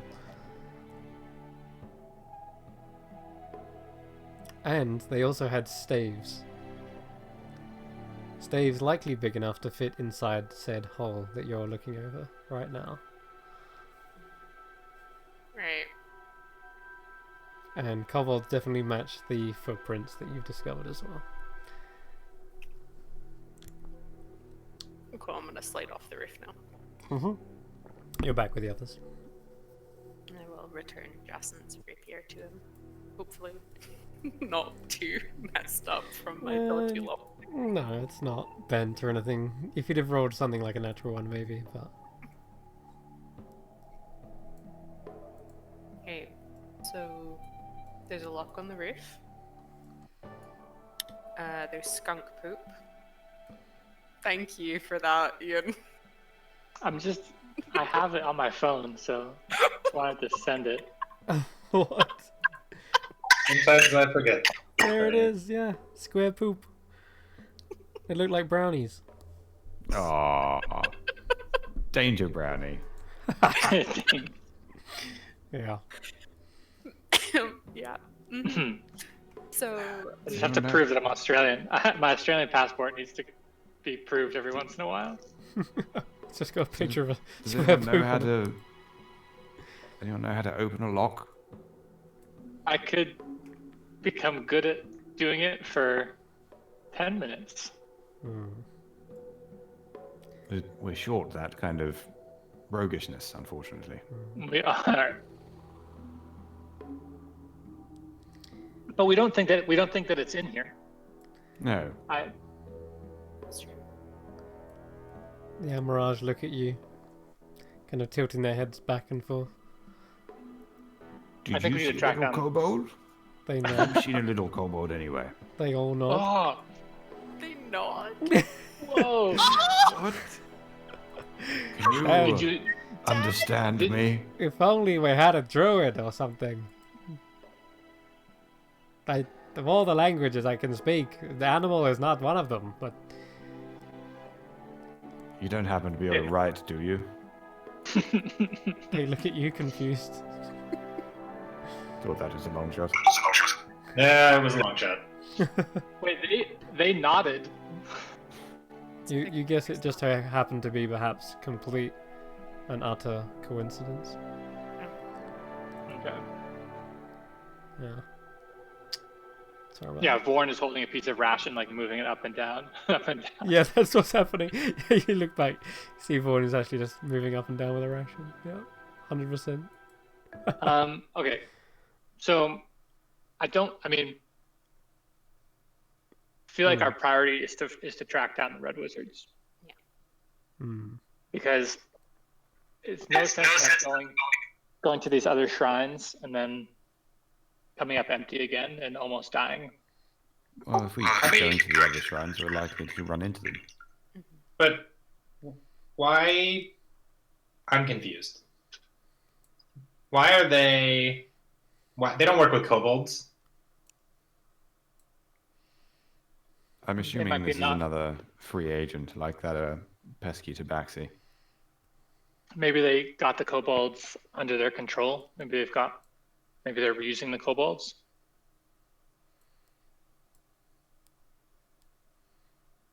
I don't know. This Any- smacks more of a wild card to me, but who's to say? Okay. Well, Those tracks, Rubio, could we maybe track them back to see where they went? Maybe he's got a little lair or something. Yeah, that's a great idea. that is a very good idea. Yeah, I would like to attempt to follow the tracks and oops, to try and Okay. find out where they lead. I Yeah. think you're going to do a great job as Carrick casts guidance on you. You have so much faith in me. Literally, I do. Okay. In that case, then, I'd like to give me another survival check as you begin to follow them into the streets of Omu, only using the small amount of moss that may be still attached to the soles of their feet back through the way they came. I'd like to help her. Okay, you can roll advantage. Okay. Advantage with guidance. Mm-hmm. Oof. And a D4. And a D4. I think I rolled a D4. I'm very excited for these dice, guys. Excellent. 25. Wow. Okay. Yep. Like you're tracking a wild creature in a jungle. You have picked up the trail, and indeed there does seem to be a small little skunk dropping along the way, confirming you must be on the right track. You should be back to... Yeah, it's just loading for you, probably. Anyway, so not only did that, but you occasionally see the odd centipede that's maybe wriggled free from their casks. And you remember they did have a whole assortment of different insects. And as this centipede scuttles along, you actually end up following the centipede for a while, because it seems like it's trying to get back to its allies, maybe. And you follow it up and up. Let me take you there. And then you see maybe a little beetle, and then another skunk dropping. And then you see a small little puddle of acid that slightly eroded the steps on here. And they lead you up. It looks like they may have used it to get rid of some roots or something that was blocking the path. And you also see a number of dead wasps as you come up here. They are just laying on the ground, slightly twitched maybe to death, but they don't seem like they've been chopped or hacked to pieces. It's odd. Maybe some sort of insecticide they had, but nonetheless, there's like 2 giant wasp corpses. Well, it might be worth taking a little breather. I'm pretty squishy right now. That's always a plan. I could just heal you, I guess, as well. How is everyone on spells? Okay, I'm running a little low on spell slots. Oh, I can cure with I have a my 4th level and then 2 3rd levels. my God.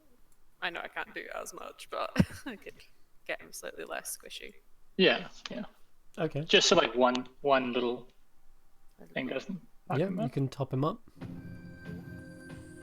Oh, maybe And eat a root. as you're taking a quick breather, I think there's a good time as you're tracking these kobolds back to their den. We're also going to go for a quick short break on the stream, so we will be right back. Hopefully these guys have recuperated. Get plus something else. Nope, yep, 13.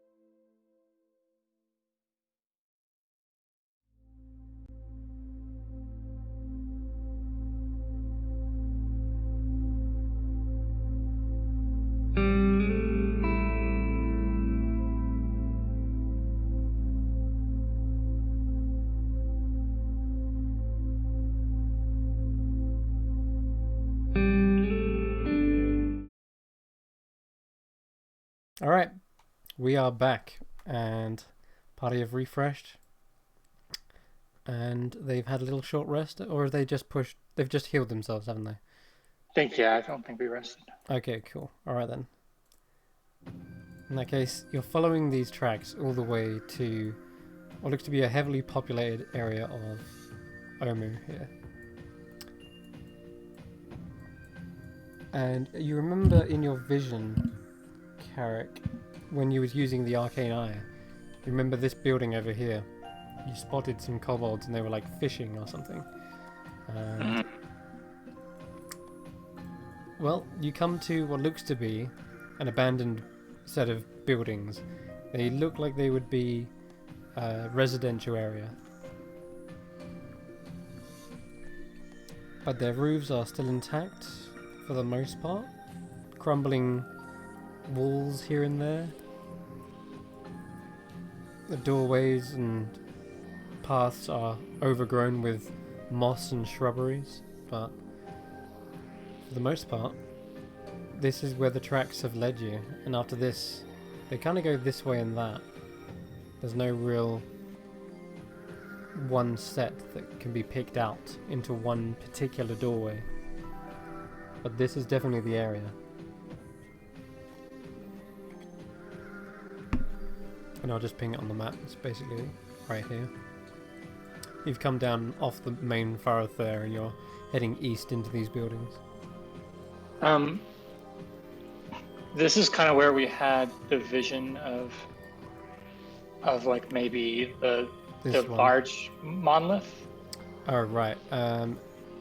Just the it maybe was somewhere while we're north. here, we should check out Somewhere. the entrance, because like when we had our premonition before we came in, it was like somewhere around here.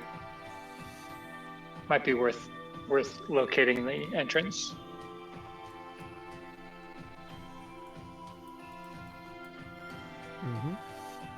Okay, so anyone scouting out these buildings, or are you gonna wait, set a trap? What would you like to do? Because right now, there doesn't seem to be any creatures apparent walking around or anything. It's fairly abandoned. I mean, springing a trap's not a bad idea. If we all set up, I could probably lure them out with a nice, tasty morsel. Are we talking about kobolds? Yes. Yeah. Okay. Everyone get in position.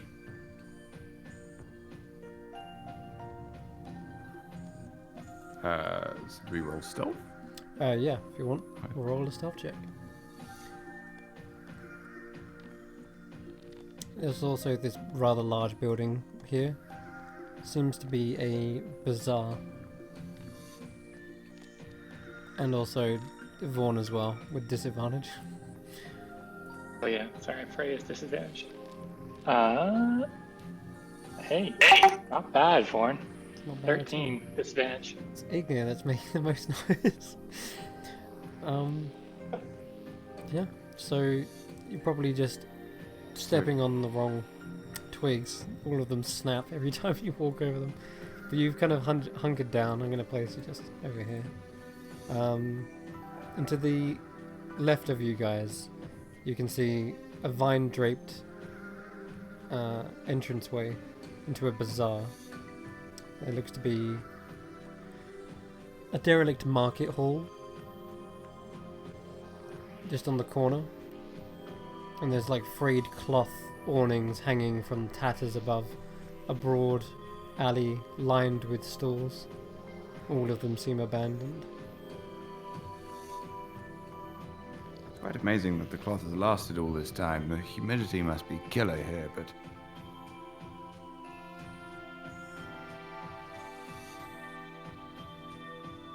So, everyone in position? Seems so. Yeah. Carrick's like hiding behind Vaughn. I desummon Rufus, and then I resummon him as a lobster. Delicious lobster, nice and slow and out of its element. Can I have him go down the hole? Down the hole? Into the where we suspect the kobold to be. There's plenty of buildings that might have holes in Ah. them, but you can have him scout them out and have a look. Oh, I was under the impression that we were around the suspected lair. Oh, where they were fishing earlier. I mean, over here. You can I do think that so. if There you was want. something about this building. Oh right, yeah, might have been. Well, I pinged it on this one, but doesn't matter. Okay, so you have the the lobster, start to fish out whatever is in here, and the lobster can give me a perception check actually. Lobster perception. What would you say the wisdom modifier on a lobster is? Probably just flat, just a T20 roll. That's fair. Well. Go on, the lobster. Okay. Rufus, your true form. Yes, so Robster goes around and finds there's a number of different baits and hooks, like fishing lines. And as you kind of swim down into the hole, there are actually fish this way and that. You can see there are signs of crocodiles as well, probably sunk right down to the bottom. And you narrowly avoid one of them that kind of gets closer towards you, and you swim Hey away. now. Keep my claws at the ready. Mm-hmm. Snip, motherfucker. You do see there is another section of sunken, flooded buildings down here, and swimming in between them, you see that a lot of the buildings have cellars. And all of these cellars are of course flooded, but they make almost good hiding spots for creatures. And as you look through cellar to cellar, it looks like all of them have actually been looted.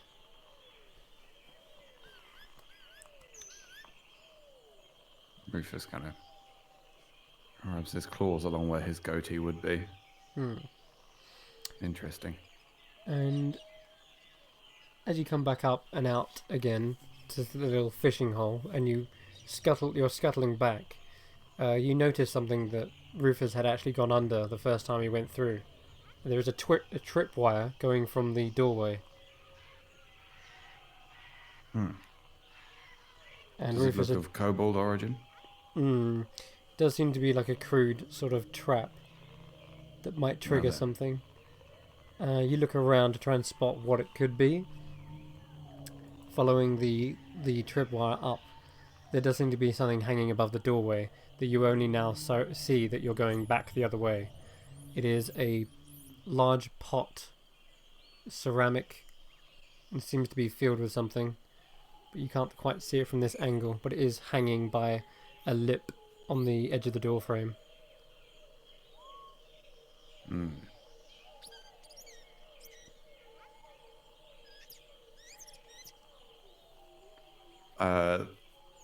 Can the lobster like squeeze under or around the tripwire?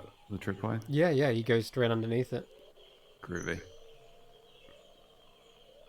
I relay all of this to the others, but there's nothing live in here. Nothing live, no. But you also gained the information that buildings have cellars in all of them. Yeah. So this place is guarded by the kobolds, it seems, but there doesn't seem to be anyone home, so we could move on, or we could see what it is they seem to think is worth guarding. And these are the more underwater ones, the sunken buildings. You haven't checked all of the buildings in that time, just the ones near the fishing hole where you spotted them. Yeah. What do we think? Yeah, I'll as long as Rufus is yeah. doing brave. Can kobolds see in the dark? Are they like nocturnal? Can I roll a nature check on that? Yeah, or an arcana, either one.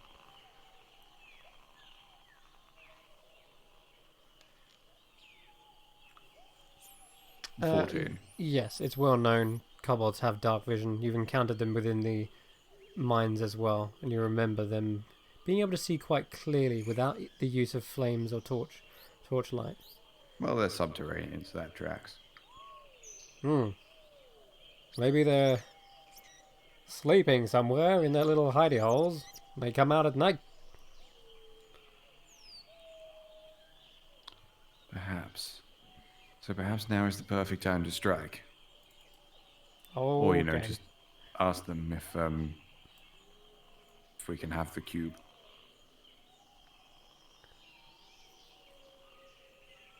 Do you think they've got the cube? I mean, I thought so. Is that what we're assuming here?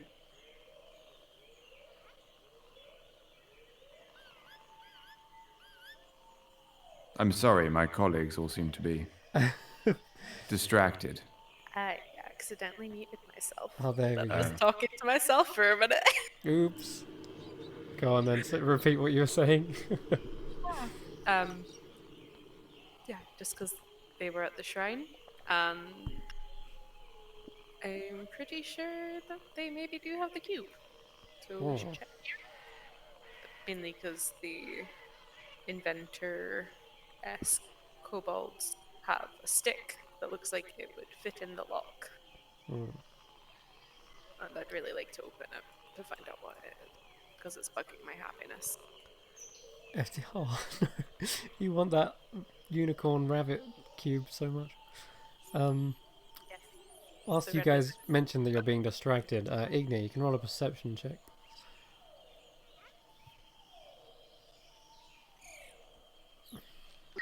My natural strength. That's a fail. Okay, so we're gonna roll a d10 here. See what happens. 3. Congrats. Okay, so Ignia, as per earlier, your stealth check, you're getting a bit restless, kind of trying to hunker down here, and don't know if anyone's sat squat-legged for long enough, it kills your legs, and as you try to like stretch them out and just maybe walk it off for a second, you don't go too far. In fact, you walk about 3 paces, and suddenly you feel a pressure plate sink in, just out of nowhere. It doesn't seem to be like guarding anything. It's just a pressure plate in the middle of the ground, and I need you to roll. No, you don't roll anything. What happens is you press down on this, and you immediately hear something above your head tip off of the rooftop, and a small basket lands just right in front of your feet and shatters, and a swarm of centipedes begins swarming out of it. And I need I need you and it to roll initiative. Let's just add you here. Swarm of insects. Oh god.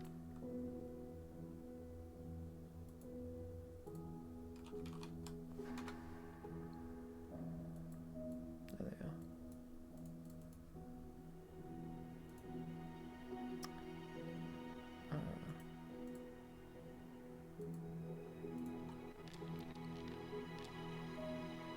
Okay, the insects are immediately going to lurch towards you and try to bite you.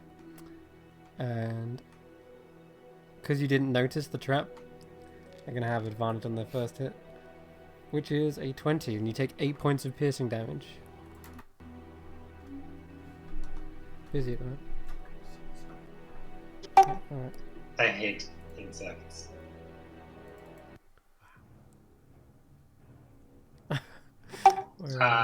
Is it my turn?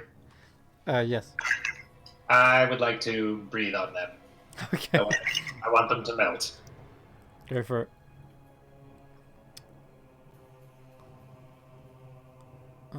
They have to make a con saving throw. Or, I'm sorry. Dex? All 250 of them. Yes. Son of a bitch. They pass. Somehow they scatter and amongst the acid as it spews from your mouth. So they take half damage. Okay. Well, they're still looking pretty damaged after that. You've disintegrated a few of them, but they're still coming at you. At this point, everyone else hears Ignir suddenly spew out this horrible liquid, and that's probably what was the reason why he got so low on his stealth check. There you go. Mechanics explained through flavor. The flavor of acid. So if everyone else wants to jump into initiative on this turn, you can. Delicious acid. Tomb of Annihilation, Last Resort Company. Brought to you by Acid. For kids. Yes. Each carton of acid comes with a free collectible. All And the if you different- take it 8 times, you can be considered legally insane. Alright, looks like you are on the top, Jason. You can spring into action. He's not too far from you. Okay. How am I going to get a swarm of insects off of you? It's one like dangling from his horns, like earrings.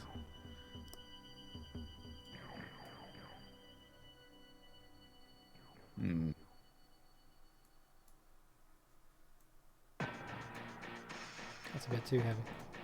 They're not that powerful. Yeah, I'm just trying to think there's got to be a simple solution here.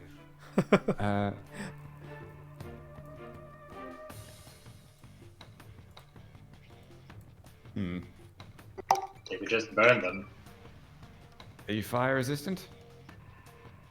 No. Oh. Well, He's not that kind of dragonborn.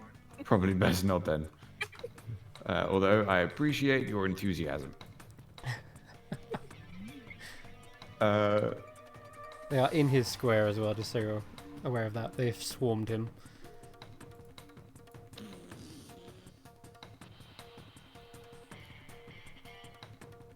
I don't seem to have anything prepared that would be fun. Ugh.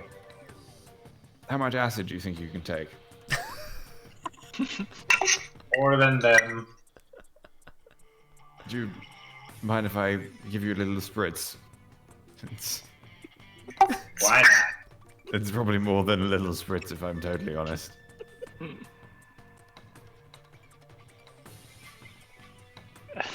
It's like 3d8 spritzes. Okay. If this conversation is taking this long, they're going to bite again. Oh, okay. Sorry, Ignir. So, do you want me to target them or Ignir? Both? Both if you're doing some sort of AoE. No, it's just chromatic orb, but if they're in his space, so if they're on In him. that case, just do a roll to hit, and if you miss, then we'll go on Ignir. Okay. Don't you dare miss. Yeah, can you get advantage because Ignir is helping him? And not in this moment. If you had first taken the aid action, sure. Stand still. Stop screaming. Oh no. That is a hit, and you do manage to clip a lot of the insects. In Is fact, it a hit? all but one is left. Holy crap. Yeah, there's one insect left on it. That's all. I think Revi is going to get a chance to snipe it off. Like an apple balanced on top of his head. There sits one very large centipede. What would you like to do, Revi? Hope I don't get a nat 1 and decapitate Ignir, but we're gonna try and swipe at it. Alright. Stop tempting fate. He'll die as he lives. Hold your breath still. On acid. Covered in bugs?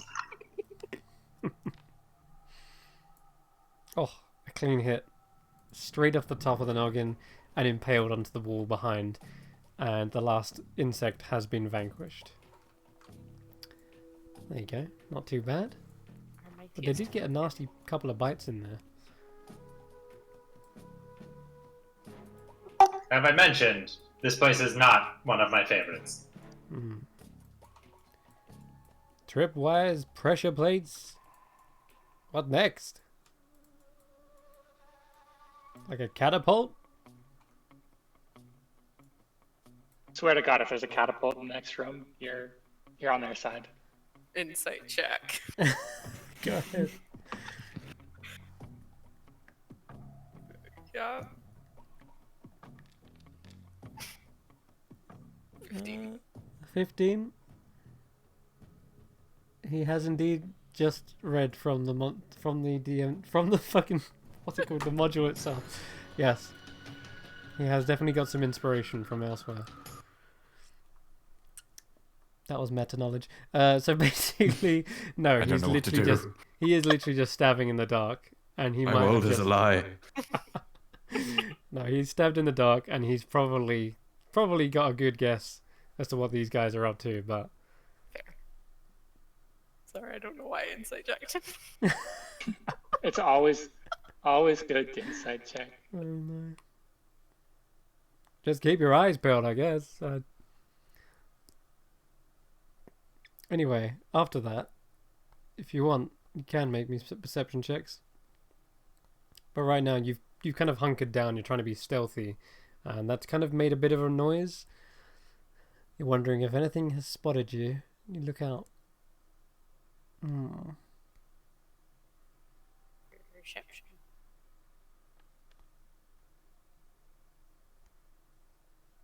15. Okay. There is a brief split second when both. No, just revive. You hear a sound of like a scuff against the ground, and then as you try to look your head in that direction in here, you may just hear a small scampering of feet getting further away. Cool. Would I know They're which loose. direction? It went northeast from you. Clever girl. Okay, so I'm gonna do that like silent hand gesture thing. Like, let's go this way. Cast pass without trace. Oh, And okay. Shimmy along. Okay. Not actually shimmy, I mean like. You go down a long, dark alleyway as the sun is being blocked by the large building, the bazaar. And everyone can roll me new stealth checks. Controlled roll with disadvantage, right? Yes. It's 32. Okay. Thorn, be quiet. Ignir is just walking along with Vorn, like smacking the metal on his arms. He makes a wonderful drum. That he does. Poor Vaughn. He never asked to be made of solid metal. I didn't ask to be born. I didn't ask to be born. Oh, I should have said that. Oh no. Yeah, he does again occasionally knock into the buildings and make that sound. Dong. But there is a dulling, a muting sort of sensation as the spell is trying its best to keep him quiet. Now, you follow this down and you go past several doorways, all of them open to buildings, squat little homes that have been since ruined or ransacked.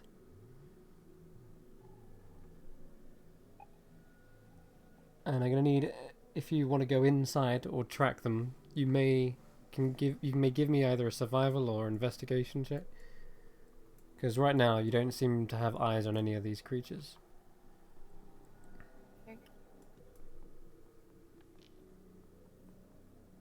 Not all of us are just. Okay. Jason, in keeping with what you saw from the lobster, you noticed the kind of pattern to the buildings, the way they were built, and your eyes are drawn to where the cellar was for each of these buildings, and you can actually notice there does seem to be signs of what's the word? Signs of disturbance effectively like dust has either been displaced or there's scuff marks. Either something's been dragged as well.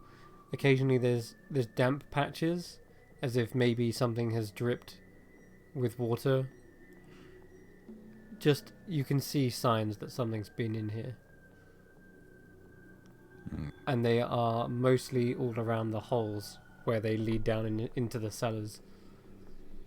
And also, Carrick, you're noticing the tracks. If you're with that survival check, there are more tracks of these kobolds leading into the cellars.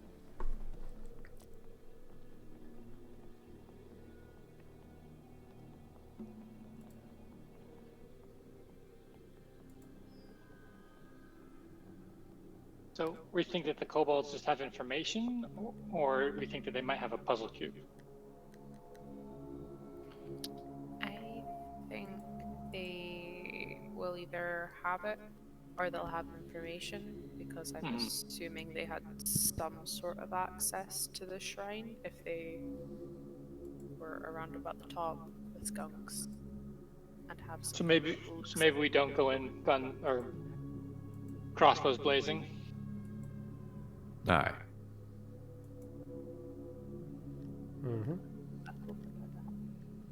So we're gonna try to talk to them, or we're just gonna go in hard. No, I think we should probably try and talk to them first. More likely to help us if we don't. Okay. Try and massacre them. Can anyone other than me speak with them? I speak Draconic.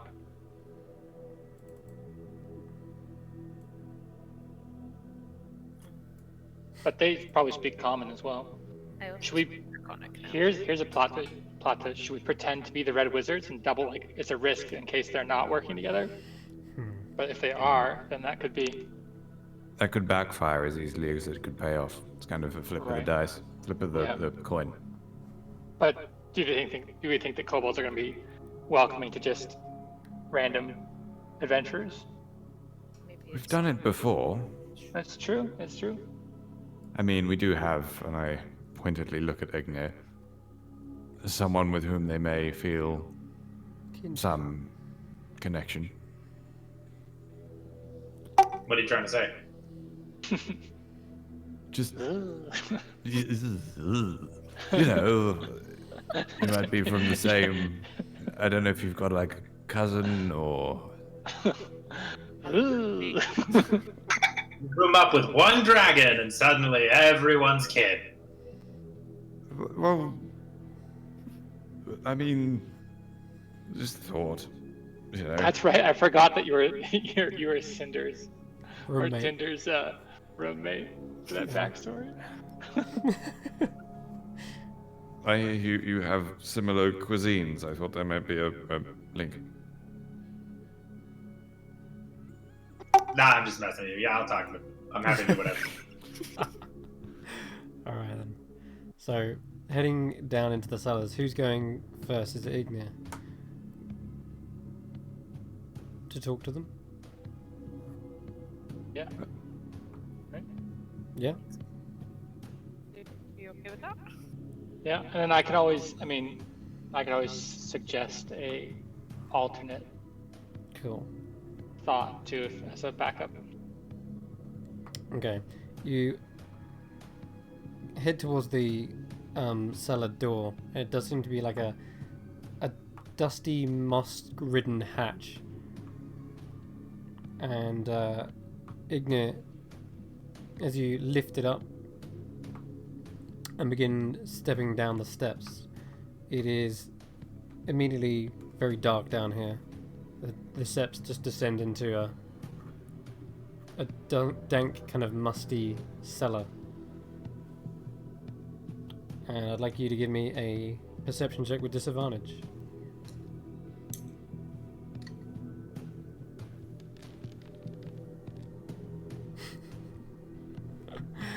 Oh boy.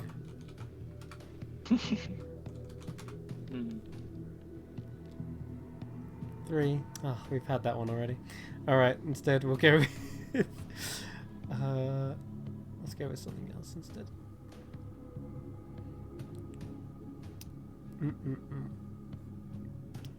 Yeah, let's go with this. Okay, so stepping down the steps as you go.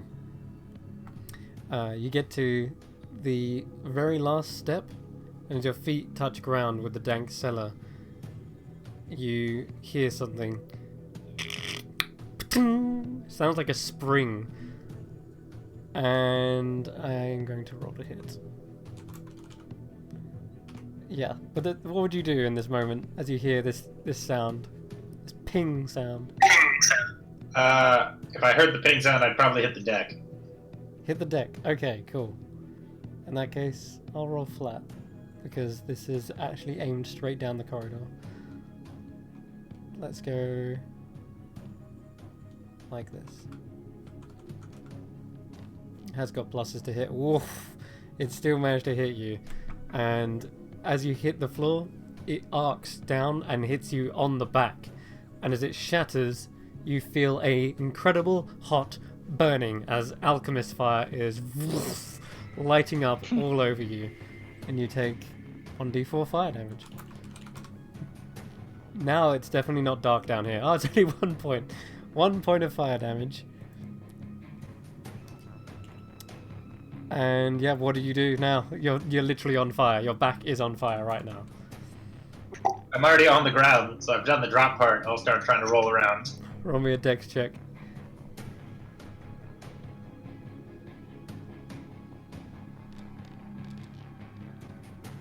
Rough. He's still on fire. As Ignis is like rolling around, you take another 4 points of fire damage. Trying to put it out, you can see that fire has literally ignited his whole form. Could I use mold earth to like cover him in just like a load of dirt? Yeah, I'll say you could try that. There are semblances of dirt down here, although it is a cellar. You can easily quickly go from the outside, grab some dirt and fling it towards him. I just quickly accumulate a whole bunch of dirt and then just throw it down the stairwell. Okay, Igna, you can roll me a dex check with advantage as Jason is aiding you.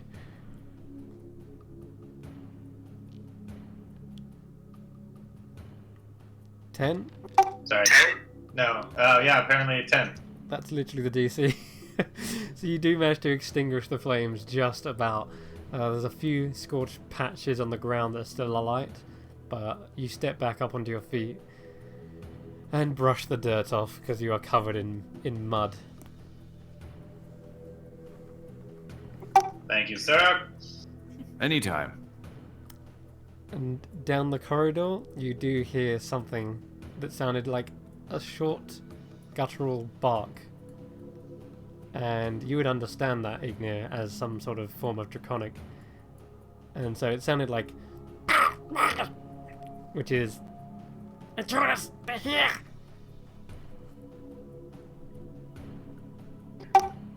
What, do you say tourists? Yes, yeah, sure. Why not? I have trouble hearing that. I said intruders, but yes, I'd like to think Ignir mistakes it for tourists. I think, given my lack of my bad perception, like, no, we're not tourists. We're just here to talk. Look, you can hear them kind of around the corner, down the end of the cellar corridor. They're like, "There's nothing to see down here. Go back. Go look at some shrines or something."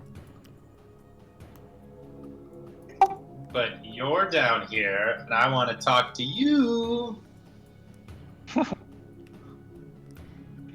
Are you playing coy with the kobolds? What is?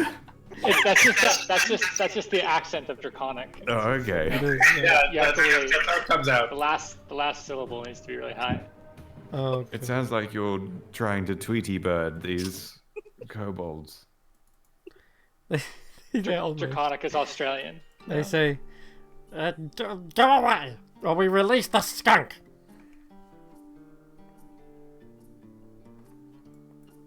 I'll turn to this group. They're threatening to release a skunk. Well, please don't release the skunk. I'll turn back. Please don't release the skunk. Tell them we have a gift for them. We have scorpions too. We have a gift for you. Gift? Oh.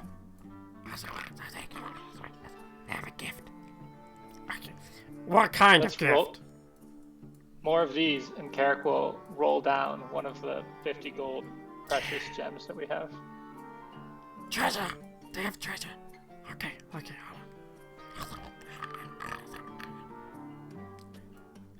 Is there more where that came from?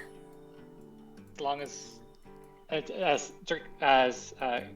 Carrick speaks in Draconic back down to them, as long as you're willing to give us some information, yes. Kakarot's gonna love that one. Okay, I pick it up.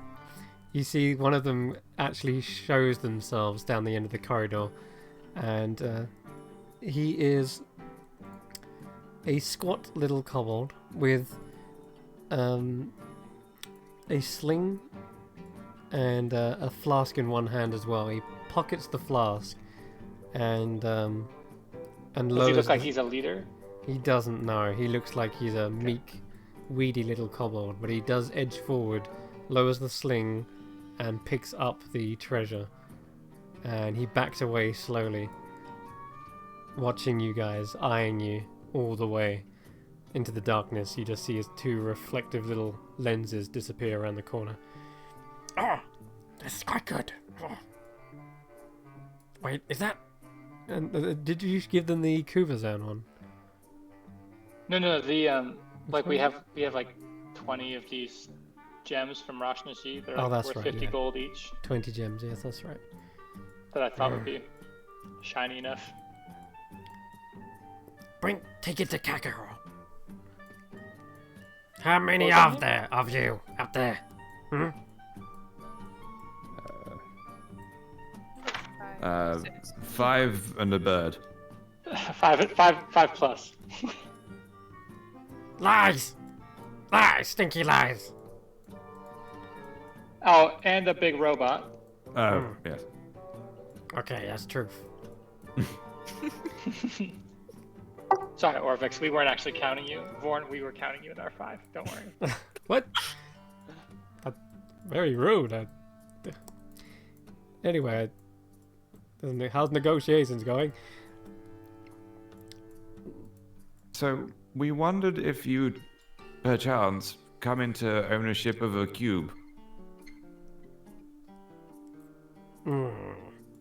You after cubes, yes? Yes. You have any cubes already? Do you? I asked you first. Maybe. Which ones? Yeah, we have Obalaka, and I will show the Obalaka fake cube that we have. One of them pokes his head around the corner. Obalaka, yes. Is that one? Does that one look like a leader? No, this one looks like an inventor. As he pokes his head around, he's got a leather strap around his shoulder, and attached to that is a cage. He has a flask of, almost like a bandolier of pots and vials, and in one hand he has a stick with a scorpion wriggling on the end of it. And he looks and strains his eyes. Obalaka, yes. Oh, and what else? Which one? Do you have any cubes? We would trade you Obalaka if you. Is he lying? Roll an insight check.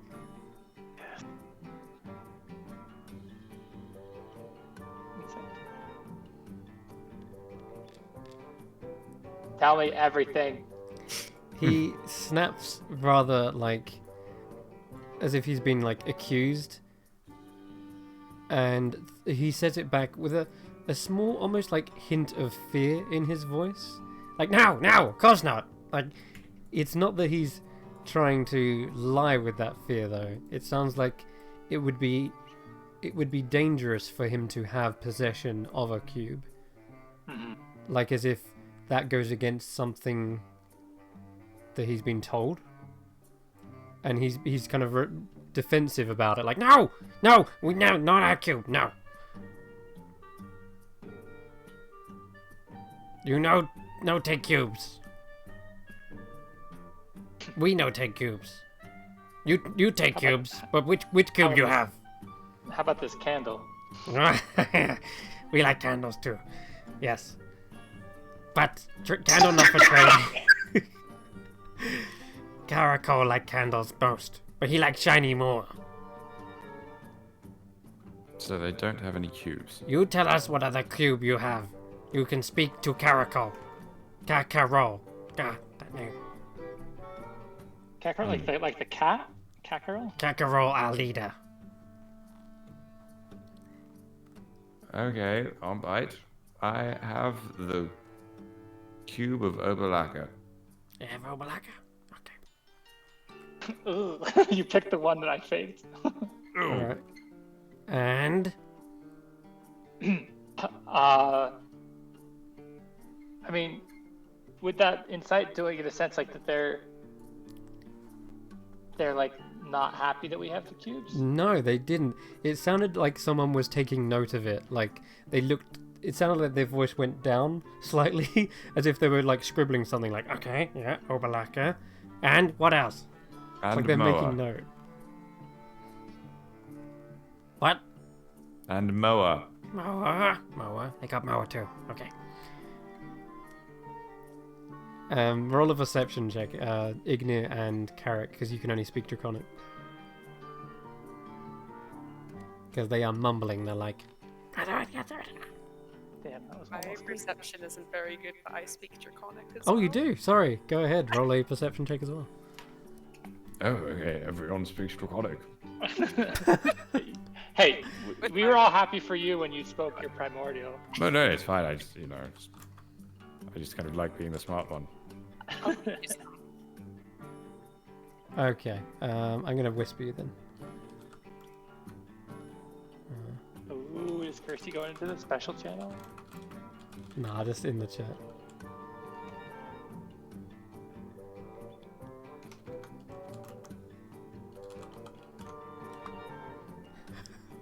Alright, that's what you hear.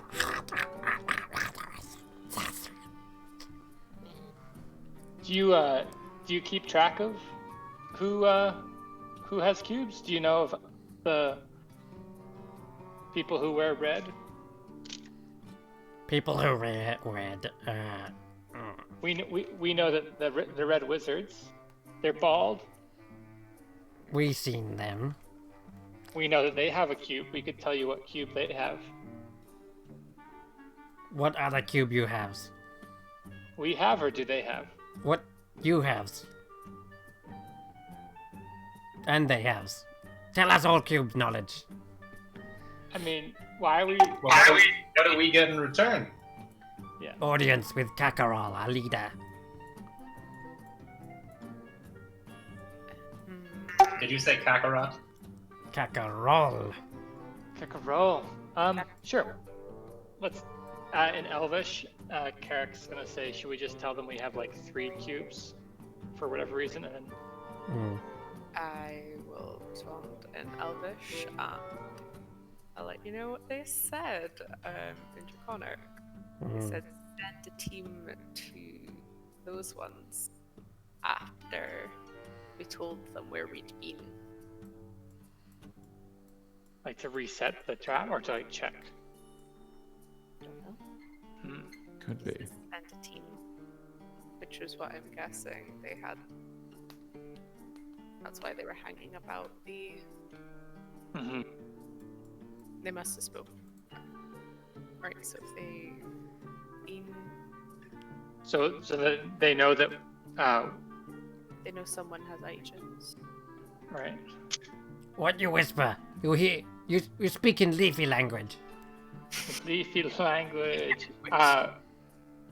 We have Unk, and it'll be hard to get to and double check. They, the red wizards have Nang Nang, Okay. and maybe Ijin. We don't Maybe know they about have- Bongo We don't know, or Papazotl. or Papazotl. You may send diplomat down tunnel to speak with Kakarot. Ignor just starts walking. Oh. Everyone else, you stay put, or else skunk. Man. That's smart. That's smart. Okay, Death Wish. Alright. I would. Carrick will right before you leave. Carrick will do two things to Ignir. First, he will enhance his ability. Which For stat? charisma. For Charisma. charisma. And secondly, and that's like you've Eagle Ignir has Splendor. experienced that before. And then is that a concentration? Yeah, it's concentration. And then also, right as you go, one more thing, and then he's gonna tap you, and you burn a 4th level spell slot, and cast Death Ward. Wow. Really going The old Carrick double pat. Double pat. And I'm going to quickly say, "Oh, hang on. There's a thing on your shoulder. Let me just get that for you." Oh my god. And Rufus, get that for me, would you? And Rufus kind of like flutters from my shoulder, or I tap him, and cast Dragon's Breath on him, and he sits on Ignir's shoulder Okay. and pecks at an imaginary bug. I'll give Ignir a thumbs up. A solid thumbs up. Alright. A crisp high five. So, Ignir, as you head down this cellar towards the kobolds, seems like they've broken open a few walls and connected the cellars together into this sort of honeycomb maze of tunnels and dens. And inside, you see like dozens of beady little eyes within the darkness. No light source is evident down here, and you're having a hard time like walking. And you're just tripping over occasional things here and there. Ah, watch your step. We have many traps. You nearly went into catapult. There is a Orvex. Smack Orbex. You guys don't hear this. But yeah, so We're he comes just down. smacking Orvex for a separate reason. Oh, sure. Okay. Probably said something annoying. What? Anyway, the next thing you see is a huge moss-covered stone disc that seems to be like in the center of the den, and there seem to be like concentric rings of inscriptions covering its surface, some written in common, others are etched in jagged cuneiform, which seems to be, as you just get a glance at it, it says something like Queen Napaka proclaims that the free people of Omu fear nothing. Brave new gods protect us, as Ubteo did before, but does no longer. Omu will rise again, and Napaka shall reclaim all that is hers by right of conquest. That's what it says in this kind of 3-foot diameter. It looks like it weighs probably at least 200 pounds. And it's got loads of like lettering around the outside as well. And you recognize each one of them. It is an alphabet of the Amurian language. And you step up onto it as it's sort of as is gestured to, and you're now standing before a kobold that does light the room for you so that you may see him in all of his splendor. Sat atop a small treasure hoard is a different type of kobold. He has a clearly magical staff in one hand, as that is what is giving off the light. And he begins to like flick his hand around, and you can see more guttering torches casting dim light over the arches of this wine cellar, roughly 20 feet in 20 feet by 20 feet. The cracked ceiling is about 8 feet high, and in the alcove on the far side of the room, is this twinkling pile of treasure, and the kobolds have all gathered around it and around you. And there, sitting atop of it, is the... Sorry, you're going to say something? Oh, sorry. I was just going to say, are all of the kobolds within, I don't know, 60 feet of me? Yeah. Yeah. Okay, just curious for future problems. Cool. It's a 20-foot room, so it's a 20-foot square room. Anyway, so you see the scaled kobold sitting atop here, and his scales seem to be a little bit more well kept than the others. They're not caked in mud. Seems like he doesn't see the outside as much, and his horns are much more well prominent. His jaw is much more jagged, and he even seems to have a semblance of armor about his hands, his shoulders, and such. And what else? Nope, that's about it. So yeah, he's kind of got like these little robes and trinkets all around his waist. They look like maybe component pouches. And he speaks and says, "It is I, Kakarol, you stand before. And I have dominion over this port, this part of Omo. You say you are collecting cubes, yes?" That we are, great Kakarot. And you have found many already. You are to be commended. He claps his little hands together. Now, what can I do for you? Trade?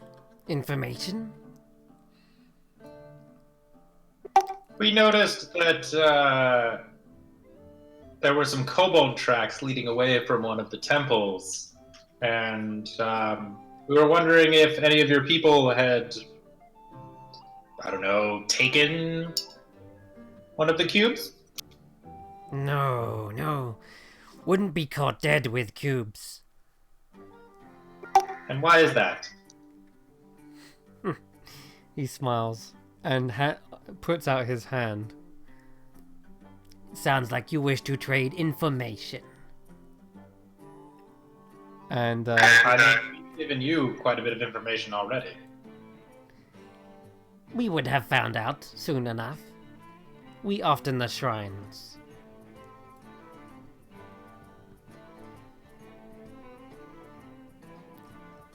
He kind of stands up. And you see he wears this long, torn tapestry. It's not a robe. It's actually a stitched tapestry of a macaw decorated with garnet beads, and he's using it like a cloak and robe, and it kind of drags off the treasure pile as he steps forward. His hoard containing gold, silver, copper. There's even coloured glass statues of dragonflies and seemingly like red glowing stones as well. There's even like little bottles of red liquid that the light is reflecting off of. And he extends out his hand and says, "Give me one more gem. I'll tell you why."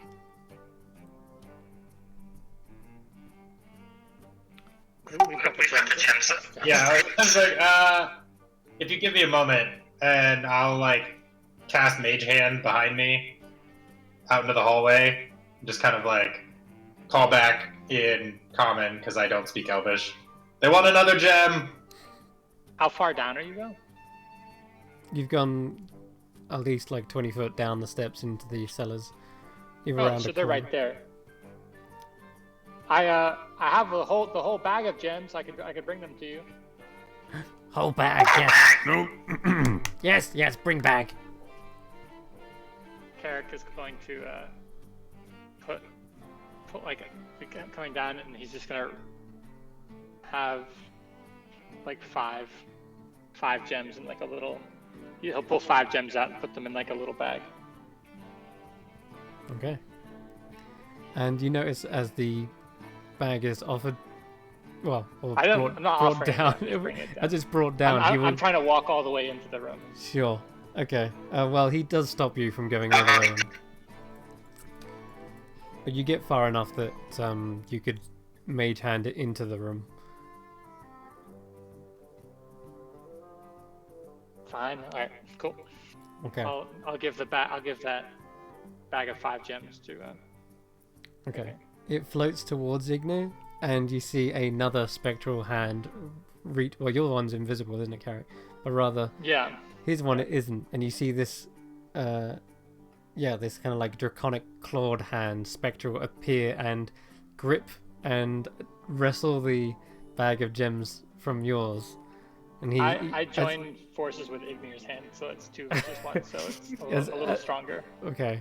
As Caracol is taking a hold of the bag with his own hand, he says, "Thank you for your gift." Don't think that you have the upper hand here. Let us have the bag and we'll give you a gem, or things will get ugly. More gems, the more information.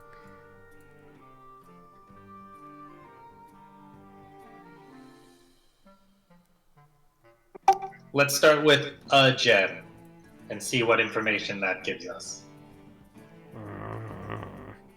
Carrick says in Elvish to Revia, on the plus side, if he kills them all, I can just stalk with dead.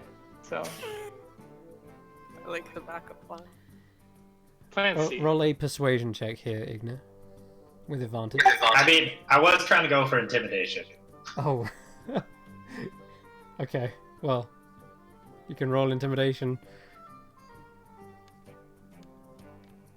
You have advantage. Come on! You have advantage because of enhanced ability. Yeah. Eagle Splendor. Not much better. Oh wait, it is better. Okay, cool. He says, I will have all those gems, but if it be one at a time, then fine. And his hand, as you're bringing the bag over, reaches into the bag and snatches one of the gems and brings it towards him. And he clutches it. Shiny. He kind of inspects it and seems to revel in its beauty. And then after a while, he places it on top of his pile like a cherry on top of a cake. Now. Oh, yes. Why we go shrines? 'Cause we ordered to.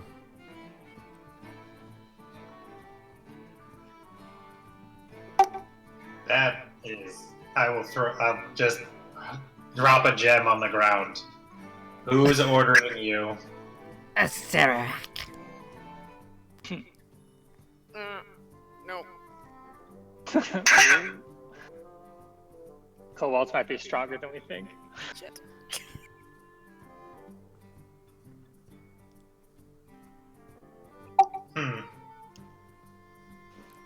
He's rubbing his hands together, knowing that he's getting a gem with each word he says.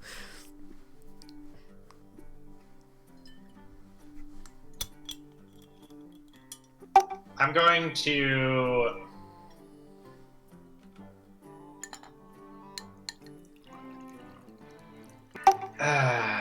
I am going to coalesce a small bead of frost into my left hand and look at Kakarol and say, "The timer has just started. You have a minute to tell us what I want to know, or this explodes and you all die." You see there's some flinching around the room as the kobolds back up and into the corners. And he looks towards you, realizing you are casting a spell. His eyes are drawn to the ring that is clearly the focus of this. And let me see here. Did he pack counterspell? No, Yes, I did. but he did pack this. As he sees you casting this, he is going to... Oh, amazing. Okay. He looks at you, and there's a glint in his eyes that kind of flare with the same torchlight that is flickering around the room. And as they flicker, he says, Now, I thought we were friends here. No need to threaten me. Especially not in front of my veritable army I have right here. Let us continue to discuss, and no one need throw a spell. And you can roll a wisdom saving throw.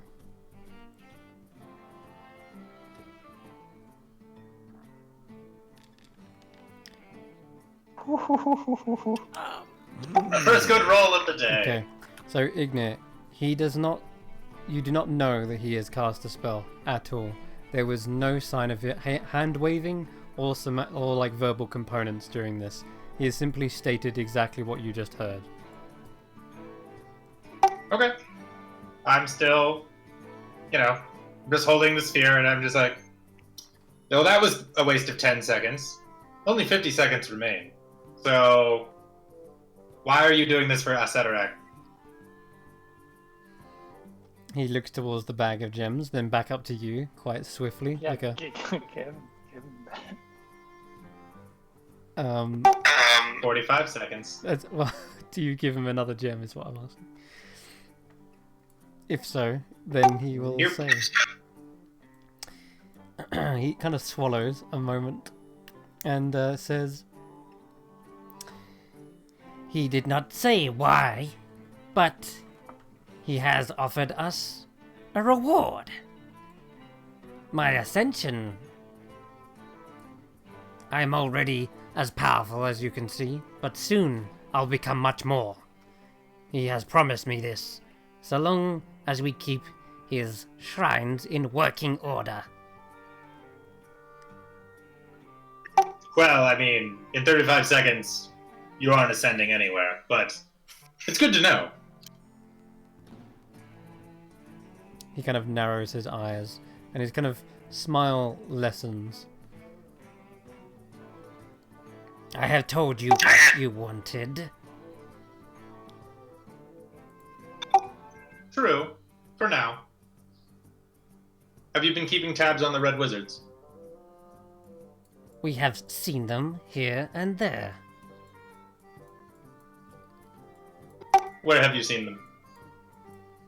Nang Nang Shrine, as your allies confirm. Very well. I will toss him the bag of gems and extinguish the frozen orb in my hand. A smile spreads back across his face. Thank you. Your gift will be put to good use. Watch the tripwires on the way out.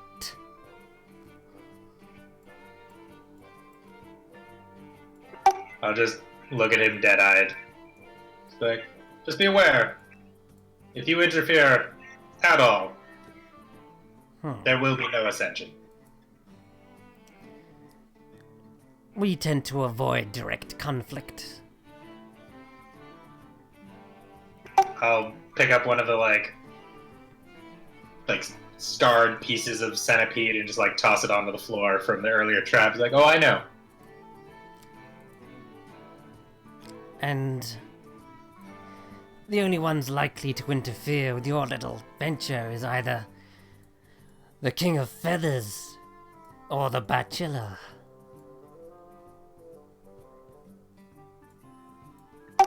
See, when you go and say stuff like that, it makes me feel like you know a lot more than you say you do. This is as your back is turned and you're about to head out. Well, when you offered sacks of gems, it makes me think you might have a lot more treasure than you're letting on. We can continue to bargain if you wish. If you explain to me who both of those people are, I pull out some of the red dragon scales that I've been holding this whole time. I'm sure some of these would look nice on your lovely cape. you see a couple of the kobolds like turn and cock their heads, almost instinctually, like, "Huh? What?" They seem to recognize those scales. What? Those scales? They. His eyes kind of go wide a little bit. Impressive. You slayed Cinderlaw. Tinder. We had a disagreement. It was about the common area, and I really wanted to use it for cooking. She wanted to use it as more of a den, so we had to put her down.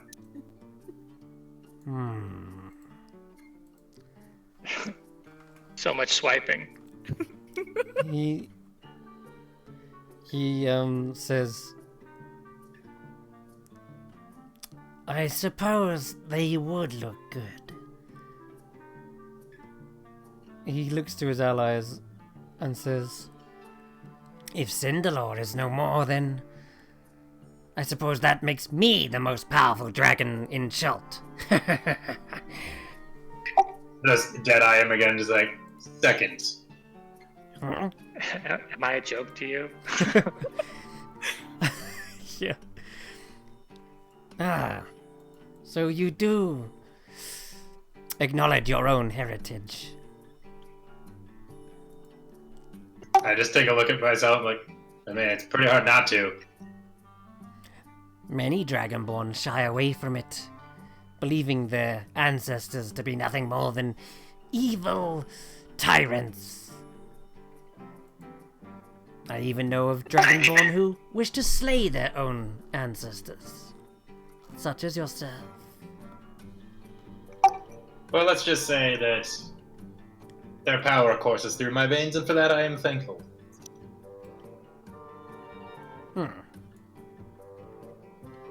Well, if you wish to learn more about either the Bachelor or the King of Feathers,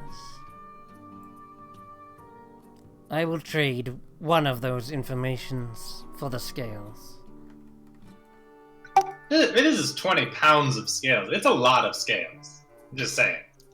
The King of Feathers has a lot of teeth. And the Bachelor has as many teeth as there are scales as well.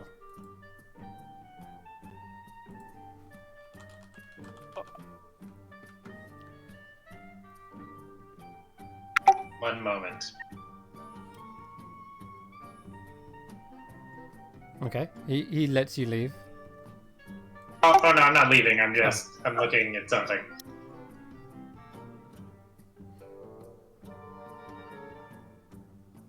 House is a big Bachelor fan, so he's really hitting close to home. Shut up.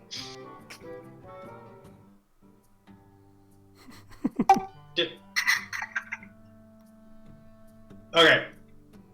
I am willing to trade these scales for information on the King of Feathers.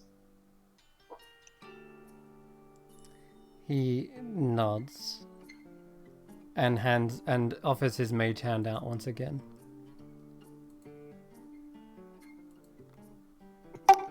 I mean, I think it's a little more than what your mage hand can handle, and I put the 20 pounds of scales into the mage hand. You see that the mage hand comes back. He hands it a rope. The rope extends and ties it round to the mouth of the bag, and two kobold inventors either side by him begin to drag the sack towards him. I'll just put my foot on the sack before it gets too far. Just say, hey, a deal's a deal. Information. The King of Feathers has many a rumor surrounding it. Some say he used to be a sorcerer like myself,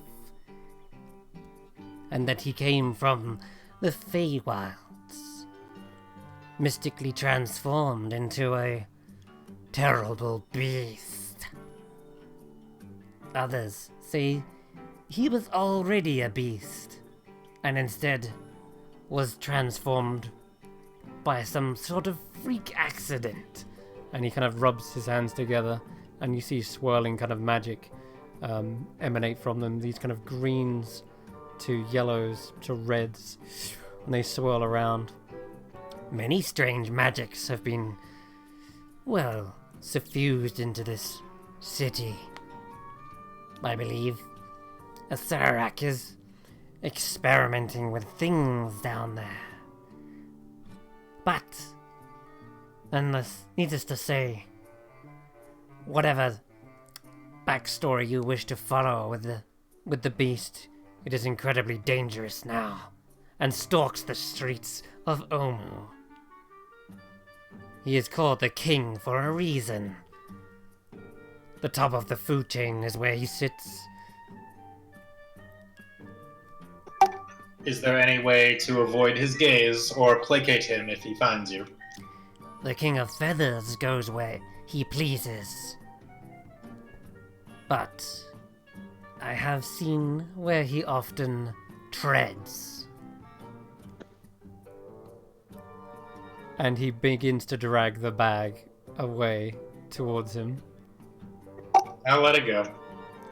It gets all the way to him, and he rips open the top and gazes upon the dazzling red scales.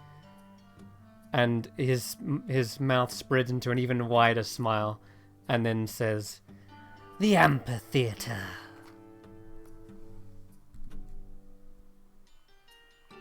The amphitheater? Yeah, it's probably up there.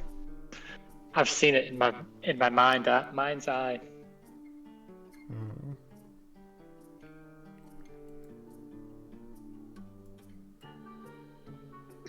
Well then, this has been just delightful. Beware the bachelor. I mean, you could just, throw in some information. As we are basically cousins. Is this all going on in Draconic? Yes. That's the reason why we're talking. Carrick looks awkward at Yasin. And in fact, some advice to you, cousin. If you wish to use the cubes to talk to Acererak, perhaps he too can promise you power. Maybe a pair of wings. Oh, and I'll just flex my hand with the ring. I have plenty of power.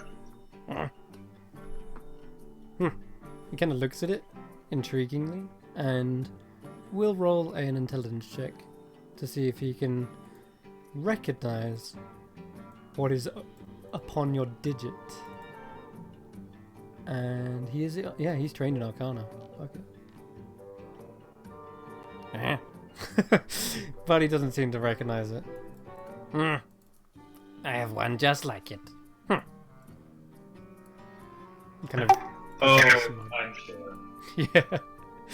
Kind of puts on a smug demeanor, and you do see there are many rings adorning his fingers. Some of them are way too big for him, and they kind of nearly slip off his finger, but he catches it just in time. Well, cousin, it has been good talking. If you wish to offer more treasures, the legend of the Bachelor is one that is far, far more interesting than the King of Feathers. Well, let me see if we have any more items for trade. Let's see I if feel like this guy's taking us for a ride. He is now. Yeah. I'm gonna give a pause and go talk to the group. Okay, you head back out. And be like, guys, this guy sucks. Are you okay with me just, maybe making a little short work of all of them? I mean, I say, Ixnay Omenkay. just so they don't know where the Red Wizards are at all. That's all. He didn't seem terribly forthcoming. And I would speak to you in other languages, but I don't think you understand them. Oh, try me. Carrick says in Abyssal. Oh, well, good. You can speak Abyssal too. Just. You guys just flexing on your language skills. Acolyte background.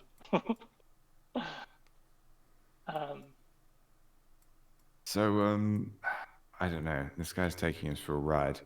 How about we take a sterner approach? Maybe try intimidating him. I'm just gonna say. I did that. That's And he just seemed to squirm a little, but didn't really provide. He provided a little bit of information, so I gave him some gems just to like smooth it over. I feel like at this point, Carrick could get more out of him if he's dead than we can get out of him alive. And if we know they're working with Asarat, then Right, so they're bad. Yeah, I would have informed everyone of all the things that they had said if those. So, what significance does the King of Feathers even have? We know he's like in the amphitheater, but like, what does that actually He said mean for us? if anyone's more likely to intercept your goals, it would be him. That's what he said. Okay. So we want to avoid him.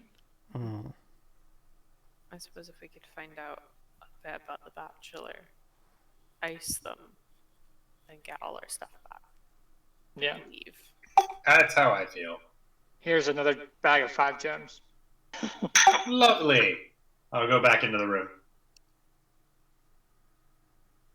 Wait, is this a different bag of gems? Yeah, I mean, we still have Got a 10 lot more of gems. 10 more gems after this. We've been slow playing out the gems. Hold on, how many gems have you given him now? 5. We've given him 5. We're sending Carrick through with another 5. Okay. Alright. Wait, I'm going? No, Ignor's Sorry, going. Ignore. The other American. The what now? What? You heard. Keep going. I don't know what America you're talking about. Yeah. I'm Canadian. Yeah, right. You wish. I do. Canadians they can't play warlocks. It's part of their national heritage. Okay. You head back on into the dark cellar where all the kobolds have gathered again. You bring more gems. Okay. I bring more gems. But I better get information about the Bachelor with these gems. All the information you wish. I will throw the gems at him. Somewhat aggressively. Okay. Alright. He says, the Bachelor is an old enemy of ours. If you hunted it, perhaps you would do a favor for us. We would even help you. He is a white crocodile. He is long as 5 men lying end to end. He waits in the water. Green, trailing weeds grow out of his pale scaled back. He looks like a shoal that has always been there. Then he lunges. He is called the Bachelor because he is singular. He's the only crocodile that dominates this river. All others are but an illusion, a memory.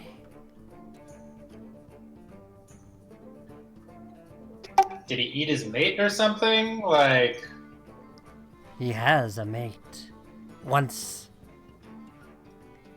there are many rumors.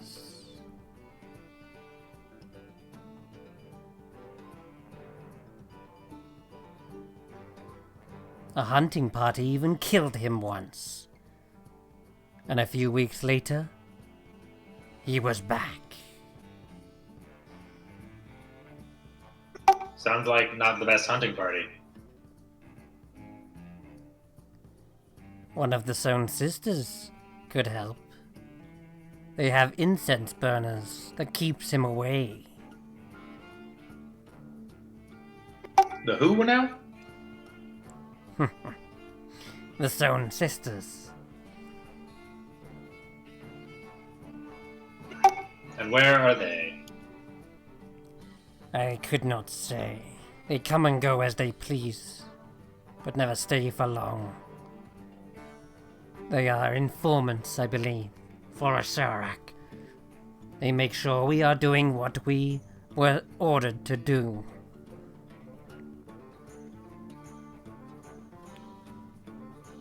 Some say the Bachelor can wear human shape. He can be anyone. He could be you.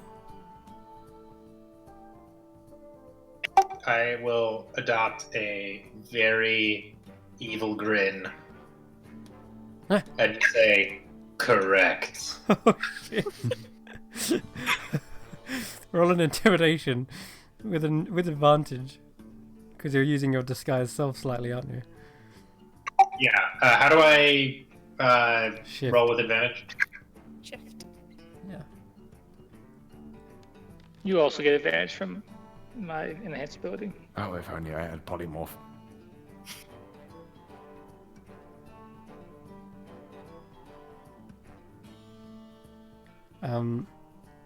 You see he is pretty stunned in fear for a split second.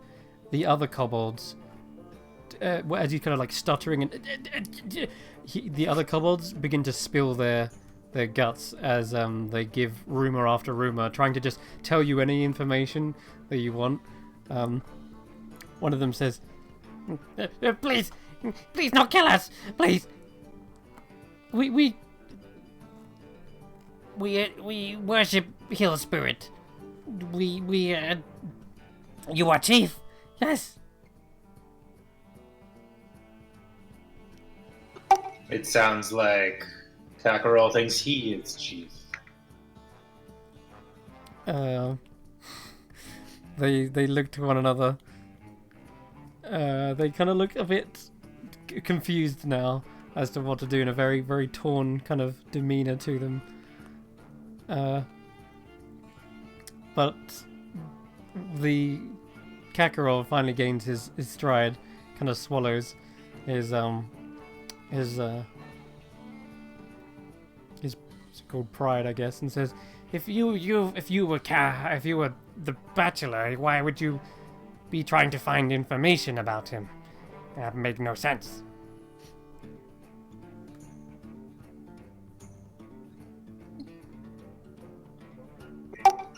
I am merely seeing how loyal you are. Well, we warn all adventurers of your danger. We know that you cannot be killed, not by mortals. We know you are God. It's obvious. You're one of the 9 trickster gods, maybe the 10th. Yes.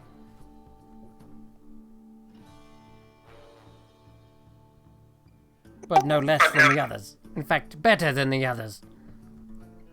Better than all 9 together. Oh, I do love to be flattered. Go on.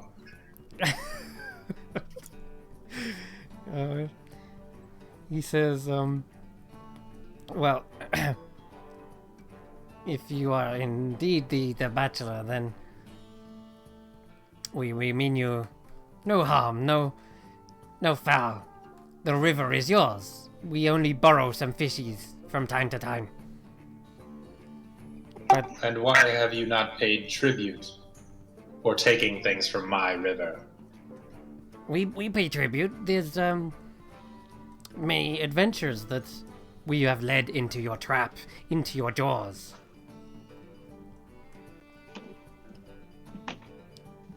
Surely not the yellow banner.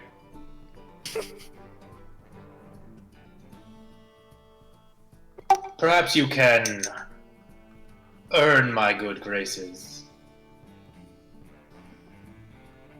They look around sheepishly. Find me the red wizards. I wish to snack on them. They all nod in unison. Yes. We find wizards. It's easy. They stick out like so fam. But we not see them at night. They have only travel by day. It's too bright for kobolds. And another one Do says, not make excuses. that's what he was going to say. Almost like in you, like echoing what you was about to say. But yes, they fine. We wear sunglasses. Let's go.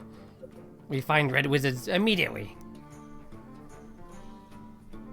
They begin to kind of back up and into the tunnels, and you can hear them going up the steps into various directions. In Elvish, it is truly remarkable just how many times this has worked. This is not the first time we passed Ignir off as some god. Yeah. The Bachelor Slayer of Tinder. It makes sense now. Yep. I like to think when you disguised self, you probably changed your scales into a white color. That would terrify the pants off of them. Okay, they do scatter, leaving just Kakarot and the two inventors there.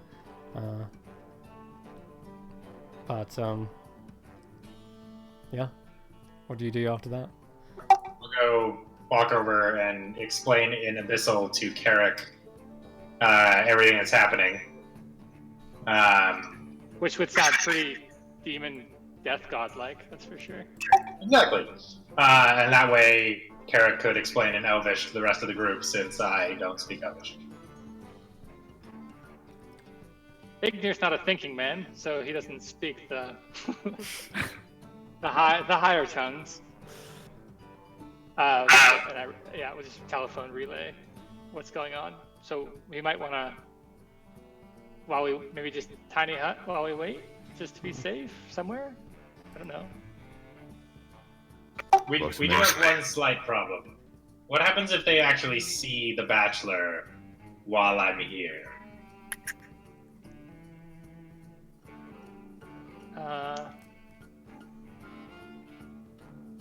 Maybe You're a kind god, of you can take multiple forms. right. You're just the avatar of the This is a Bachelor. projection. And then just when you can disguise it, we can kill Orvex, and you can then pretend to be. You can disguise yourself as him. And if worse comes to worse, boost How's the it- 10 how's on it the Orvex ring, is Elvish? freeze them all. Jobs are good. Yeah. No, we won't kill you, Orvex. Don't worry. I get at this point you're all joking half the time. Yes. Half the time. Yeah, I look at it. As look over Revi's like flipping a coin. Yeah.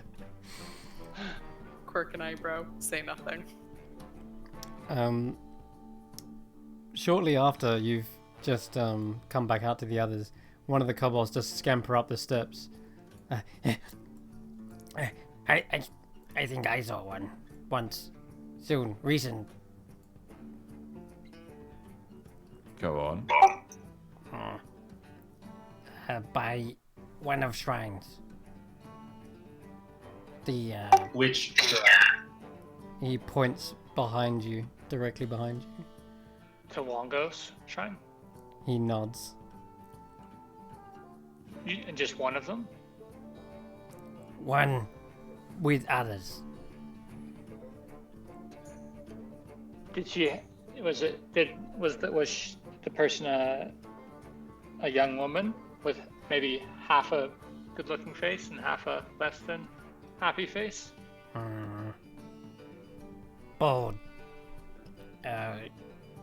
Inky tattoo. That's good enough. How recent? Like just now? Like seconds ago? This morning. Oh, okay. Well, what have you been doing right now? Terrified. find them and then report back. He So scampers they off. probably have longer, because that was it's afternoon now, so that was hours ago. Okay. Yeah, it was hours ago, but he's gonna scamper off anyway. And yeah, he's gonna report back real soon. Let me see. Do you guys want to wait? Yeah, Can we wait right. in the hut? Yeah, just wait. You're gonna Waiting cast the heart. Okay. Yeah, it kind of is late, like getting on to late now. Okay. That's interesting. Oh, Jesus. Are you for spell slots over there, Mr. Wizard? I could certainly be better. Me too. To be honest, I have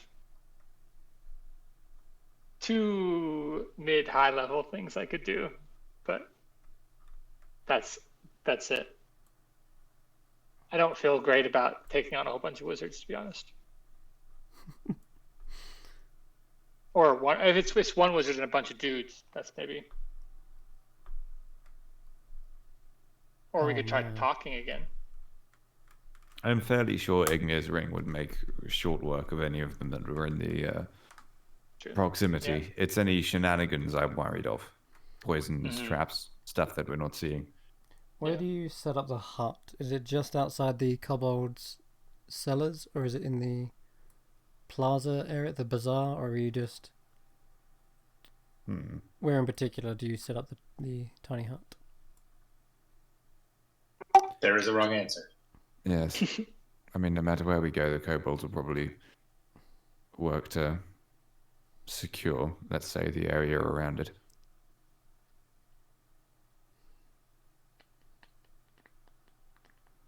I'd probably rather go low in the cellars, so we're closer to their center of operations, and thus we'll have to make our way through less traps and such. If presumably everyone else is okay with my reasoning. Sense.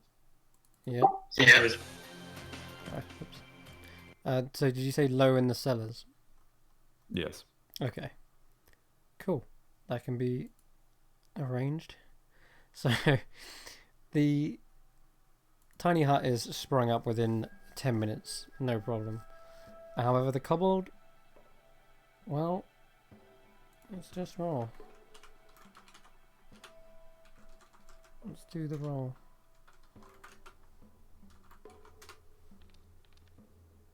Ooh, okay. Yeah, the kobold does not return. Not at least the one you asked for.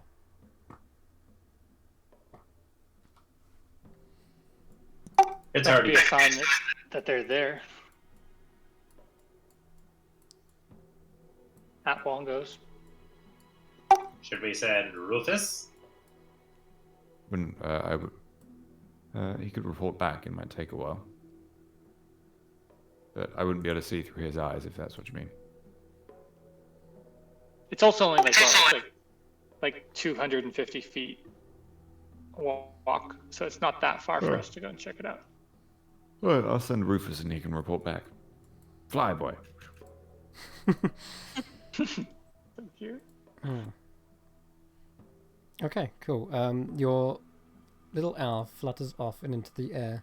It is dark now, kind of twilight, though Rufus has still got good vision of the area, and you can give me a perception check with advantage. They're all with advantage. Huh. With... He's got keen hearing insight. Not that keen. Okay.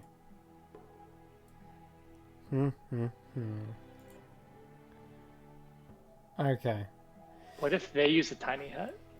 You see the... As you're flying over towards the shrine, you see the kobold that you were sent for coming up the steps. And he's coming down the thoroughfare. But you don't see any wizards. How does he look? Does he look like in a rush? He seems like he's keeping low, trying to stay out of danger and avoid any potential threats. He's keeping like his head over one shoulder, and then he looks back, keeping his eye on where he's going. I guess we're in the hut, so I don't really see him. Mm-hmm.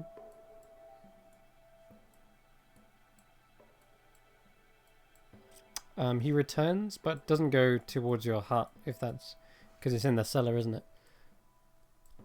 So he would probably go past the hut and goes around the corner and into the main chamber, the 20-foot square wine cellar, where Kakarot was. That's what you see. With a 12. Hmm.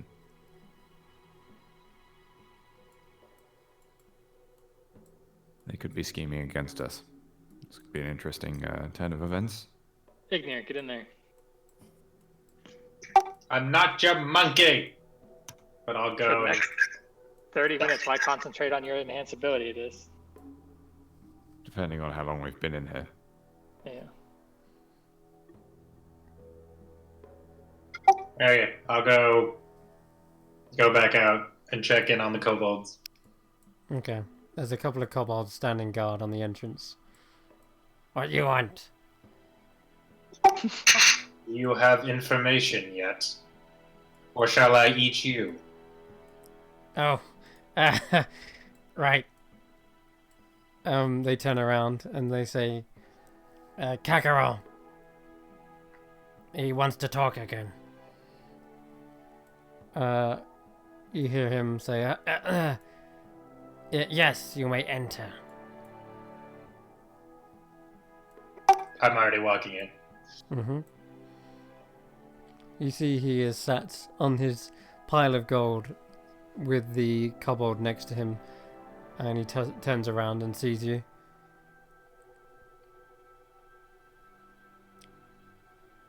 Ah, there you are.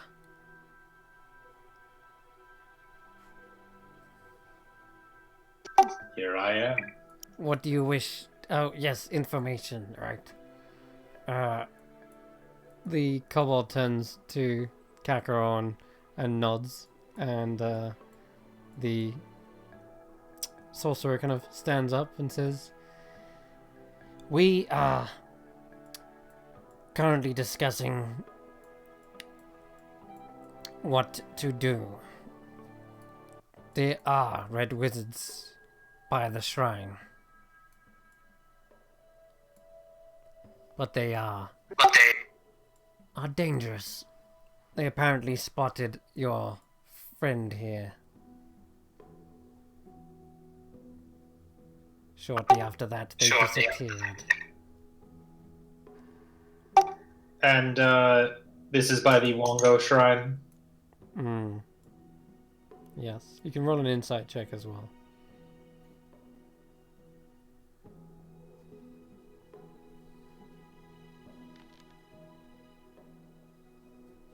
Oh boy. -1. Isn't enhance ability slab as well? No, that's wisdom. Never mind. Yeah. Oh, damn it! Okay. So he says, That's right, by Wongo Shrine.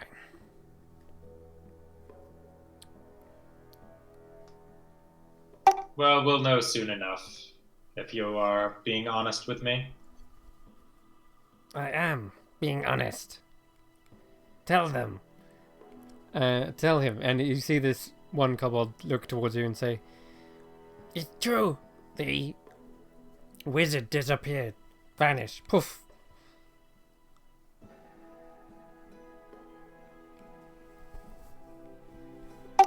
Let me think on this. Don't go anywhere. And I'll head back to the group. okay. Mm-hmm. So we need to find. And I will relay all that I heard. So we need to find their base camp. All right. It was just like one wizard you said disappeared. instead of like a wizard and a bunch of people. Right. I suppose they split off into groups, didn't Orvex say? So will they have 1 or 2 accounts, or however many groups there are? Yeah, if I was going to be collecting keys and I knew where the entrance to the place that I wanted the keys, I would maybe just make my camp at the entrance to the tomb, right? Yeah, that does make sense actually. Just like less bouncing around, maybe. Just more of a go get them, come back to here. Yeah, I don't really want to spend the night down here with the kobolds. Not really. Should we swing by Wongo's shrine, see if there's anything? I think we're all kind of not really itching for a fight tonight. More of like a tomorrow situation. Yeah. And then maybe Tiny headed up somewhere up there. And then I was thinking as well, we could also task the Yun Ti, who are not messing with us, but they're kind of helping us out. We could talk to. I have a couple spell slots left, and I could talk to Ishmael, who's the Red Wizard spy. I could try to talk to him, or I could talk to. Was it Yaru? Yaru, we could have him send out some scouts and try to report back to us as well. Indeed, you could. Because they want us to get into the tomb to get their artifact. So like they're kind of incentivized to maybe help us out a little bit. So that's kind of my thought for our evenings. The end of the evening. I think if I can avoid a big fight at the moment, that'd be really great. But yeah, so maybe a stealthy reconnoiter to Wongo's shrine, and then to try to find, and then it doesn't really matter where we go. Just set up a tiny hut somewhere discreet, and then I can make a couple calls. couple phone calls, send a few texts. Yeah. I don't have any second level spell slots left, so I can't cast Pass Without Trace. So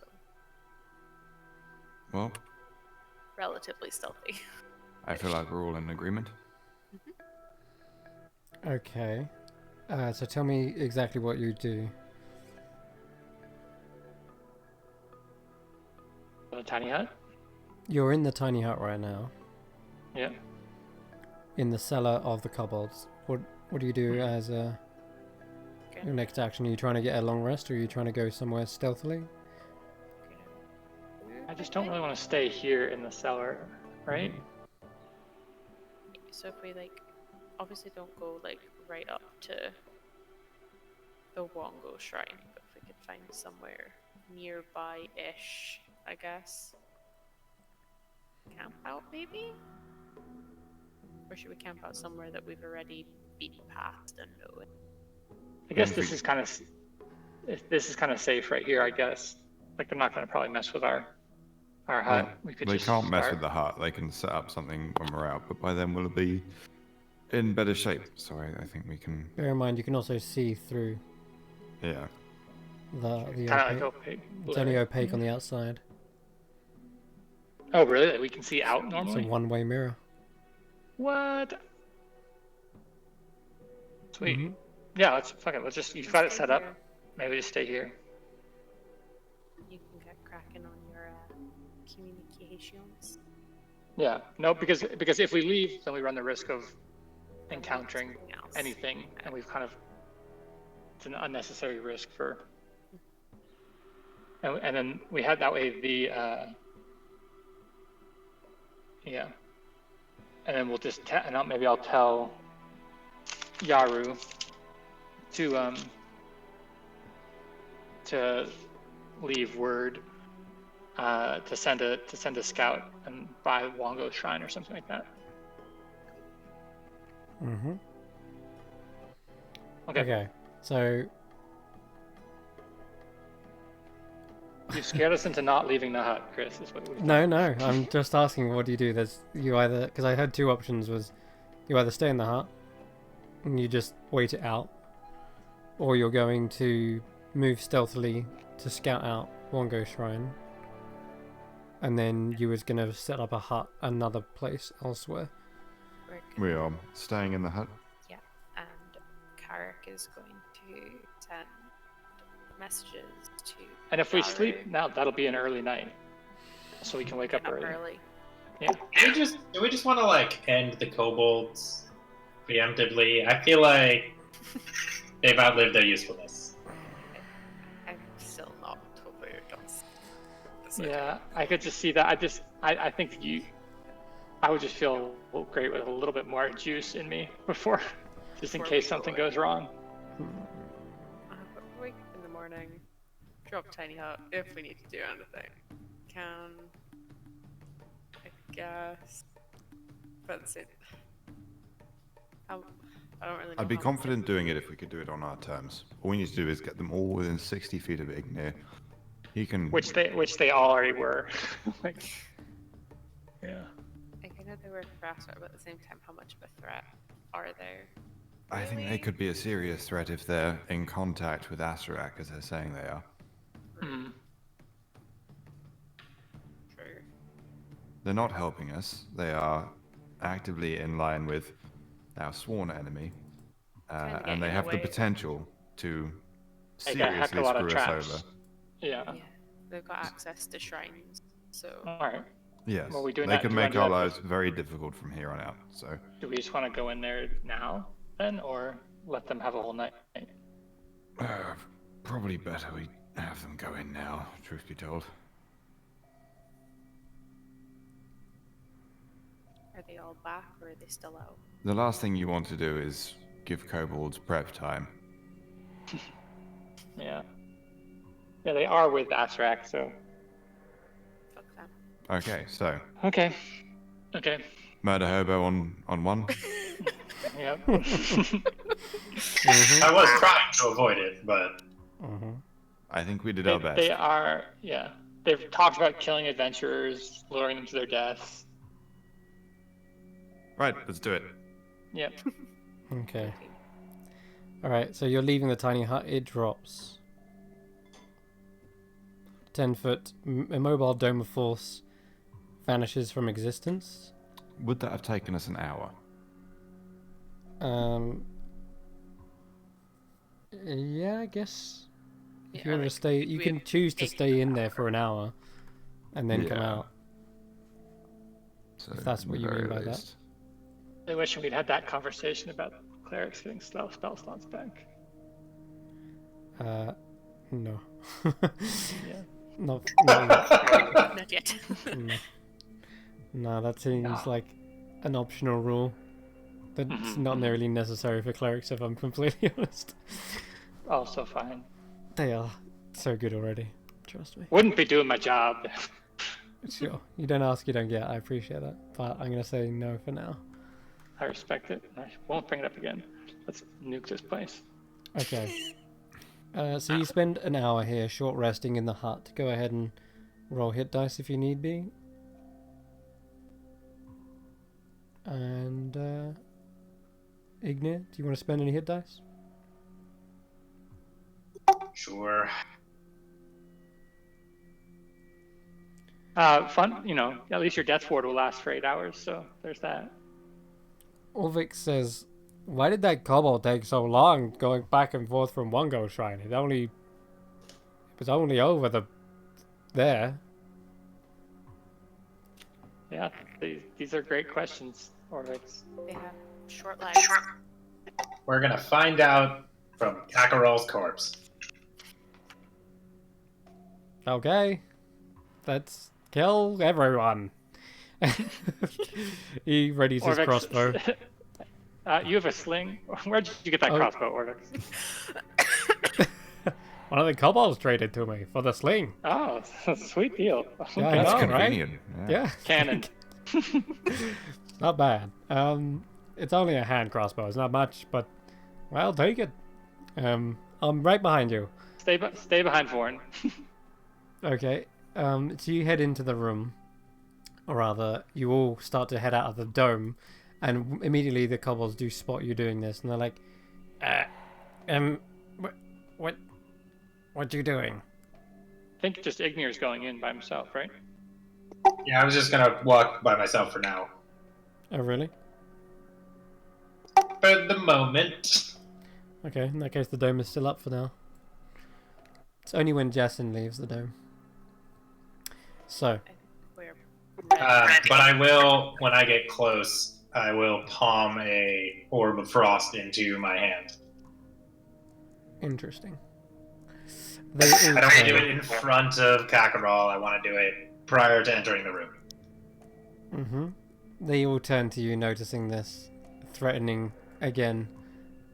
And as soon as you turn the corner and into the room, Kakarot notices this and says, What? Now hold on. Just a second.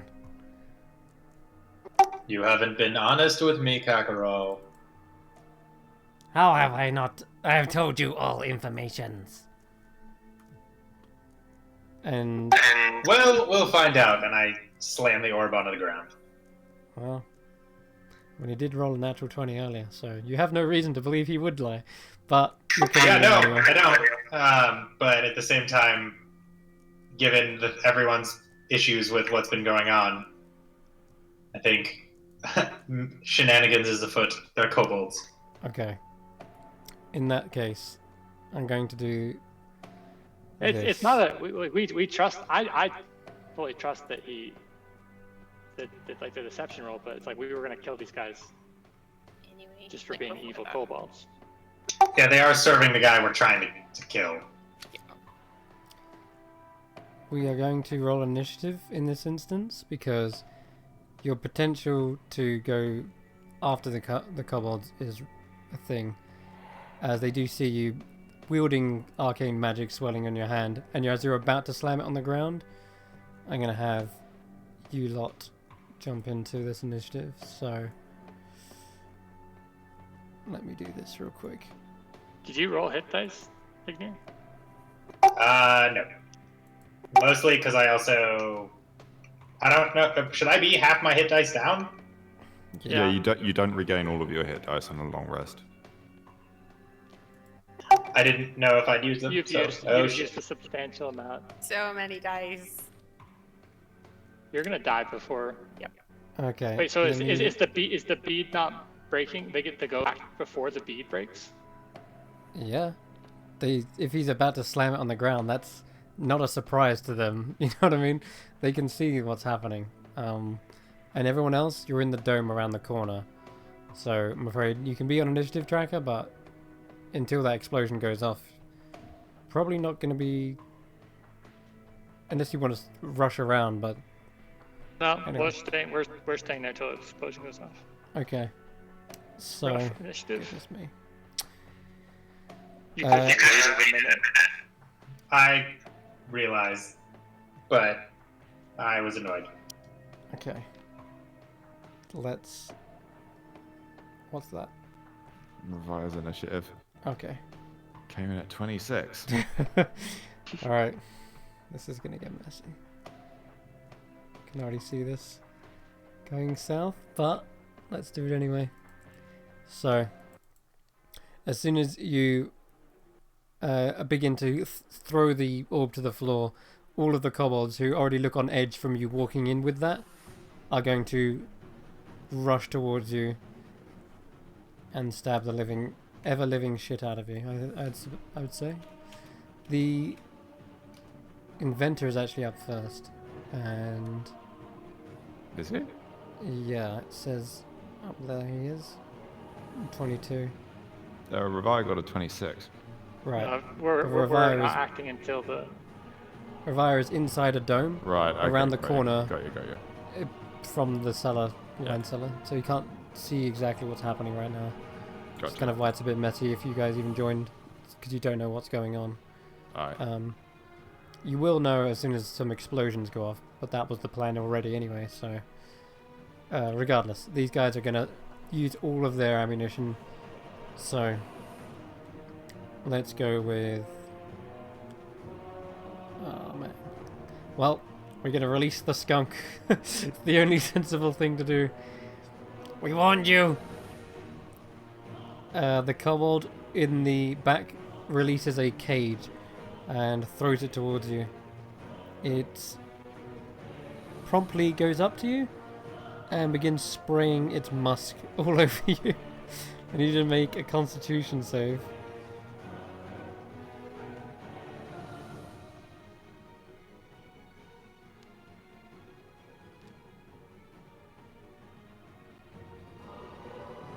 And I think that's a pass. Was it like an 18, right? Yeah. Okay. Yeah. So, thank God you did pass, because the skunk's odor is so strong that you'd probably spend your turn retching up if this thing got to you. And you're able to kind of like shield your face as you're throwing this towards the ground, but other kobolds are springing into action, and they're going to surround you as best they can. So, we have Kakarol as well, who's up. The sorcerer begins swirling a spell within his hand. And he's going to release... Counterspell. Okay. Okay. Except we might do some more sorcery points. Let me see here. What do we got? Heightened spell and subtle spell. That's what I was about to say. Because that's how he cast the charm person earlier, by the way. He was using subtle spell. Yeah, and he has 2 more points as well. Yeah, and he's not actually using this as an offensive thing, so he wouldn't use a heightened spell. So in this particular instance, a subtle spell goes off, you're unable to counter it, because you cannot physically see him casting or using a verbal component. But it's not nasty, he's actually using it because he's a coward. He's casting Expeditious Retreat. And he's getting the fuck out of here. He doesn't want anything to do with Explosive Frost. He's terrified of you as well. Gotta remember that part. He is going to use that newfound speed to sprint away with his bonus action. And yeah, he's going to leave the premise immediately. It's like, run, run! Take cover! And he sprints out of the cellar, going up the stairs, fleeing as fast as he can. And what's going to happen next? The kobold inventors are a little bit stunned, but they have already used their turn there. So 4 kobolds, 6 kobolds, 7 kobolds, 8. You're literally at the bottom of initiative, so I might as well just go all the kobolds. So either run or... Yeah, I think after their leader shouting that they should leave, I think they're going to run. They don't want to fight.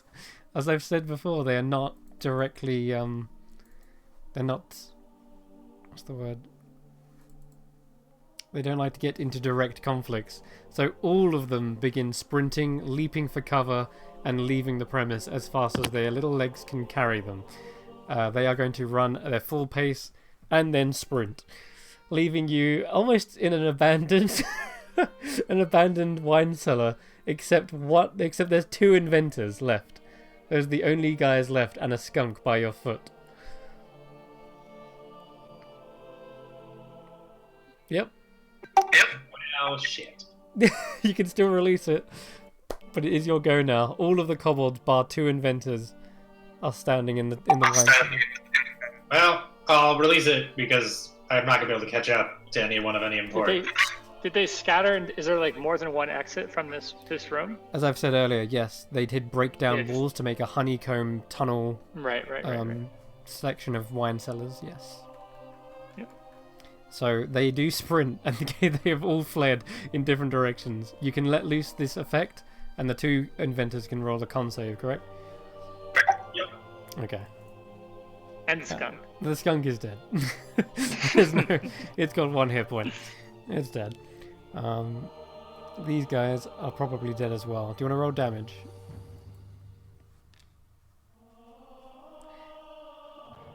Oh god, natural 1. Yeah, that did. And the other one as well.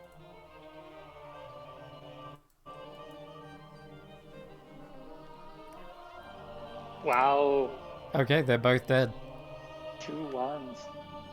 They are so unexpected by this explosion. They're probably a bit more amazed and in awe because they're the inventors. They're probably intrigued as to what magic you're pouring into this ring. And as it explodes, their eyes go wide. There's almost like a and they just get turned into blocks of ice. They'll probably promptly shatter afterwards from the force. Yep. There's a couple of bottles of acid on them that also explode and now leak onto the floor, dissolving things. Meanwhile, everyone else probably sees a few kobolds come your direction. Like at least 2 that were by the doorway have sprinted past the dome, like screaming bloody murder. So, if anyone in the party wants to do anything, they can do at this point. But the kobolds are not sticking around to fight. You can see they have fled in every direction. Well, What was it? we should probably I get bet out of here. I bet it went great. Well, we definitely gave them a stern warning. Can we like head through to see Ignir, and if he hasn't completely obliterated this pile of treasure, we pick through it? Okay. Could be. The pile of treasure probably not harmed as much as the 2 inventors that were standing in front of it. There leaves a pile of, let me see, coins. Let me just find it again. We get our gems back. You could, yeah. Yep. I mean, yeah. Great. What have we got? We're ahead. Today, we didn't lose money. So there is a... Oh, there was a potion of greater healing. That would have shattered. There is 30 gold pieces, 250 silver pieces, 1,800 copper pieces, a coloured glass statue which shattered from the blast, and there are 4 bloodstones, each worth 50 gold pieces as well. We're head and stones.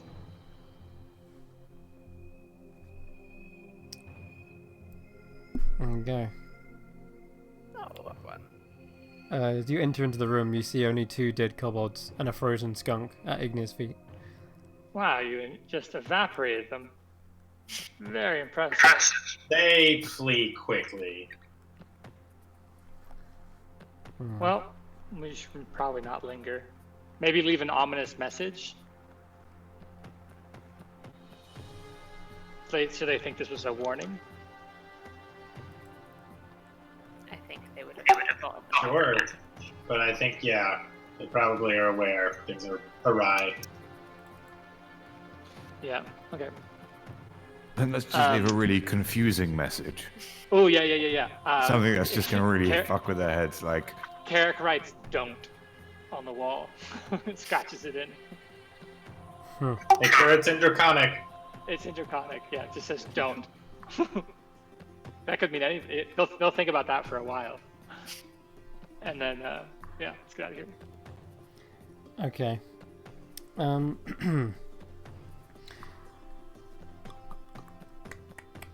I need to roll something. And I don't think that. it's not. This is going to be the nasty roll. Because You're a nasty roll. it is the one that's been leading up to this for a while. Okay.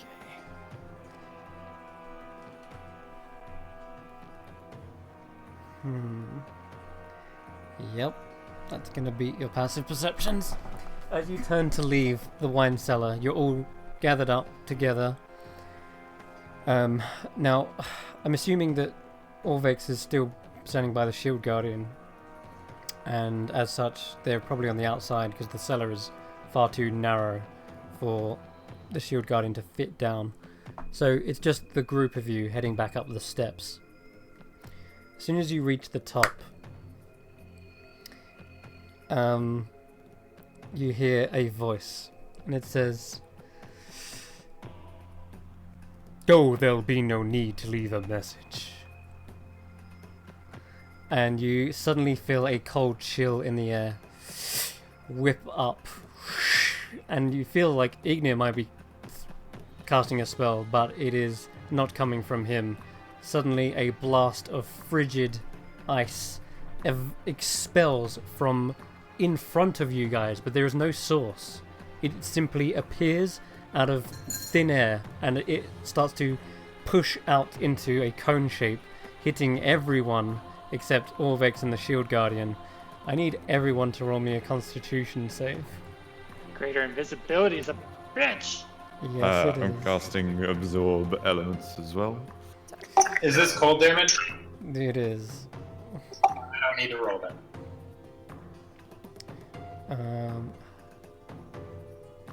Okay. Ugh, fuck. Yep. Ew. Don't worry, I will pick up your corpses. Thank you. I will take. I'm essentially raging. Though. Wait, this wait, wasn't wait, last wait, week. wait. Absorb elements. I have that now. Nice. So clutch.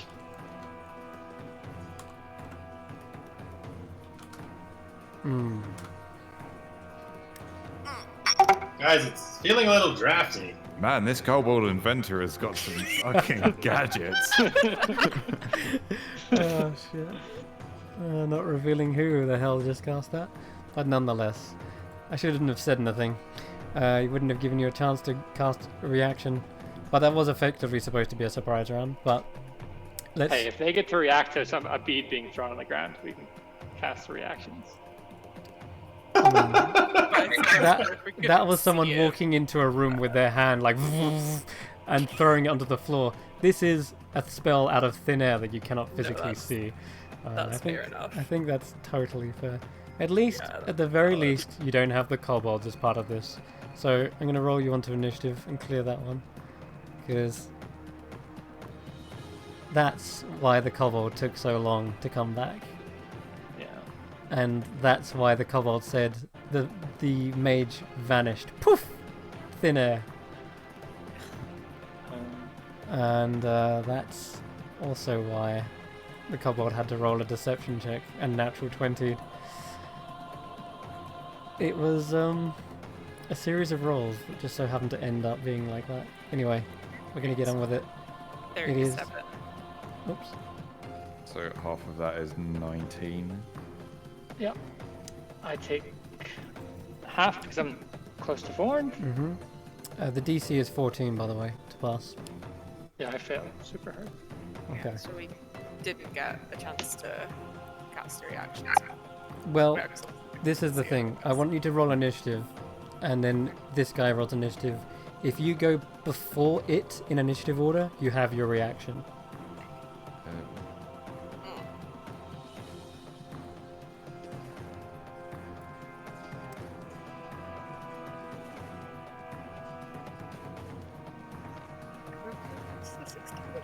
So 16. Would I have heard them casting the spell? Would you heard them? Yeah, you can. You can admit. I'll admit that what he said was basically your only warning of that. The somatic component would be, yeah, something like. Do I need to see someone to counterspell them? Yeah. You need to see, yeah. Okay. Okay. So yeah, you just would have heard him say like, yeah, it was something like, "I'll be the one leaving the message," and then you heard like "Frigis," and that's all you heard. It's suddenly this explosion of ice in front of you, and that is where is he on the initiative? God damn it. Still kind of lagging here. Hey, I think we. Oh shit, you're down. What's your health revive? Depends if he comes after. Oh, right. Yeah, this is if I get my reaction off. If not, I'm out. Okay. Shit. I'll be on So either way. here he comes. Sorry for the delay. Nice. Brilliant. So, wait, where'd it go? Where'd I roll? He rolled a 10. You rolled a 10. Okay. Yep, there he is. It's just lagging for me, that's all. And is the shield guardian on the initiative? I didn't... Yeah, he rolled a 0. Oh, so it a just 0. doesn't That's show why up. it's no number. I was like, that's confusing. Alright, so Jasin, Ravai, you would have your reaction in this surprise round. As your turn of initiative goes by, you are no longer surprised at the end of your go, and you have then got your reaction. That happens, the frigid ice billows forth, and the... yes, the cold grip of death brings you close, but not all the way. And we are starting back at the top of initiative. Ignir, you're up first. We didn't see him though. Did he come out of being invisible? No, or- he didn't. That Would you have any idea where the spell originated from? directly in front of you is all you could make out. And you're in a tight corridor as you came up the exit of the wine cellar. He caught you guys in a bottleneck.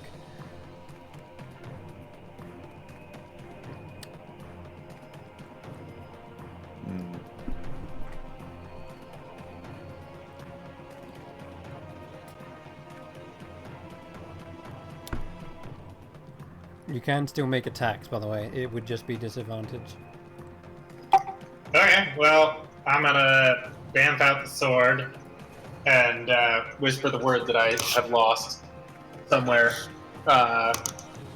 in my clutter. And ignite. Galactus or something? I'll remember it. I'll find the piece of paper. It's hiding somewhere. Ignite the flame tongue longsword and take 2 swings at the air. Okay, go right ahead. You can roll with disadvantage.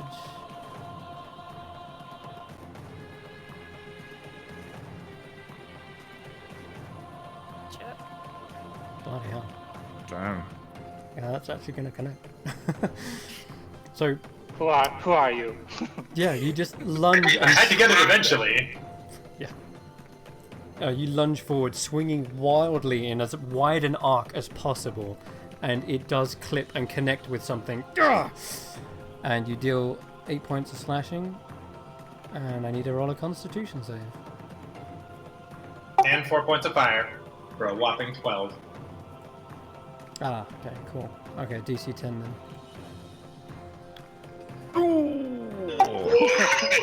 You're about to have a bad day. sir. No. That is... Still has his second swing. There goes my luck. Okay. Plan is changing wildly as you reveal this red wizard in front of you. He stands quite tall and slim. He has inked tattoos over the side of his head, and his hand is outstretched. You can still see the fingertips are coated in frost. And that's going to be a second swing with normal. 14, however, misses. I was just really surprised that I hit it. So I was like, oh god! I think he is too. Oh god. That is... You see, it's not just a miss though. It would connect, but there is some sort of sheen. A magical red blood armor appears on his body and reflects your blow. That is going to end your go. And my initiative tracker, please. Who's up next? Orvex! Let's go, Orvix. Okay. He turns around and goes, No! No, my friends! Ah! And he shoots a hand crossbow towards the wizard in panic. He's some distance away from you guys, but not far enough that he heard what was about to go down.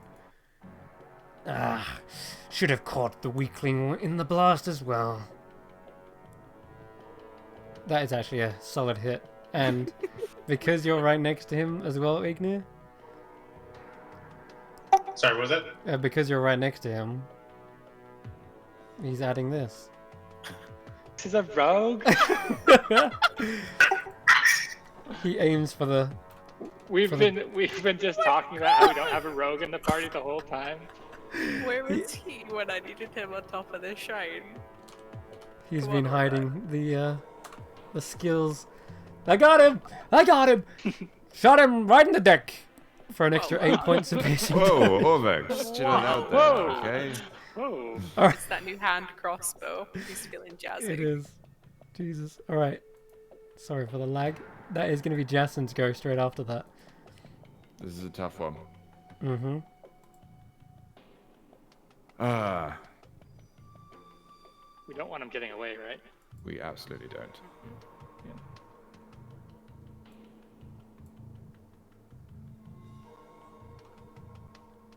And is it Okay. like the top of some stairs or something? Yes, Yeah, you I'm just going come up to the top of the stairs.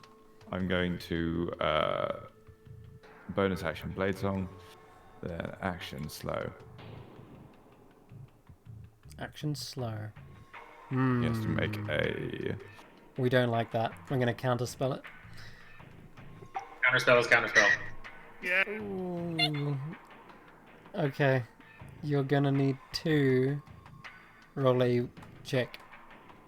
Ignier's counterspell is at 4th level because that's the Oh, only shit. slot that he has. He's casting at 4th level as well. Nuts. Okay, you counterspell the counterspell. He's rolling a save. Whoa, It's a wisdom. Yes, It it's is wisdom. indeed.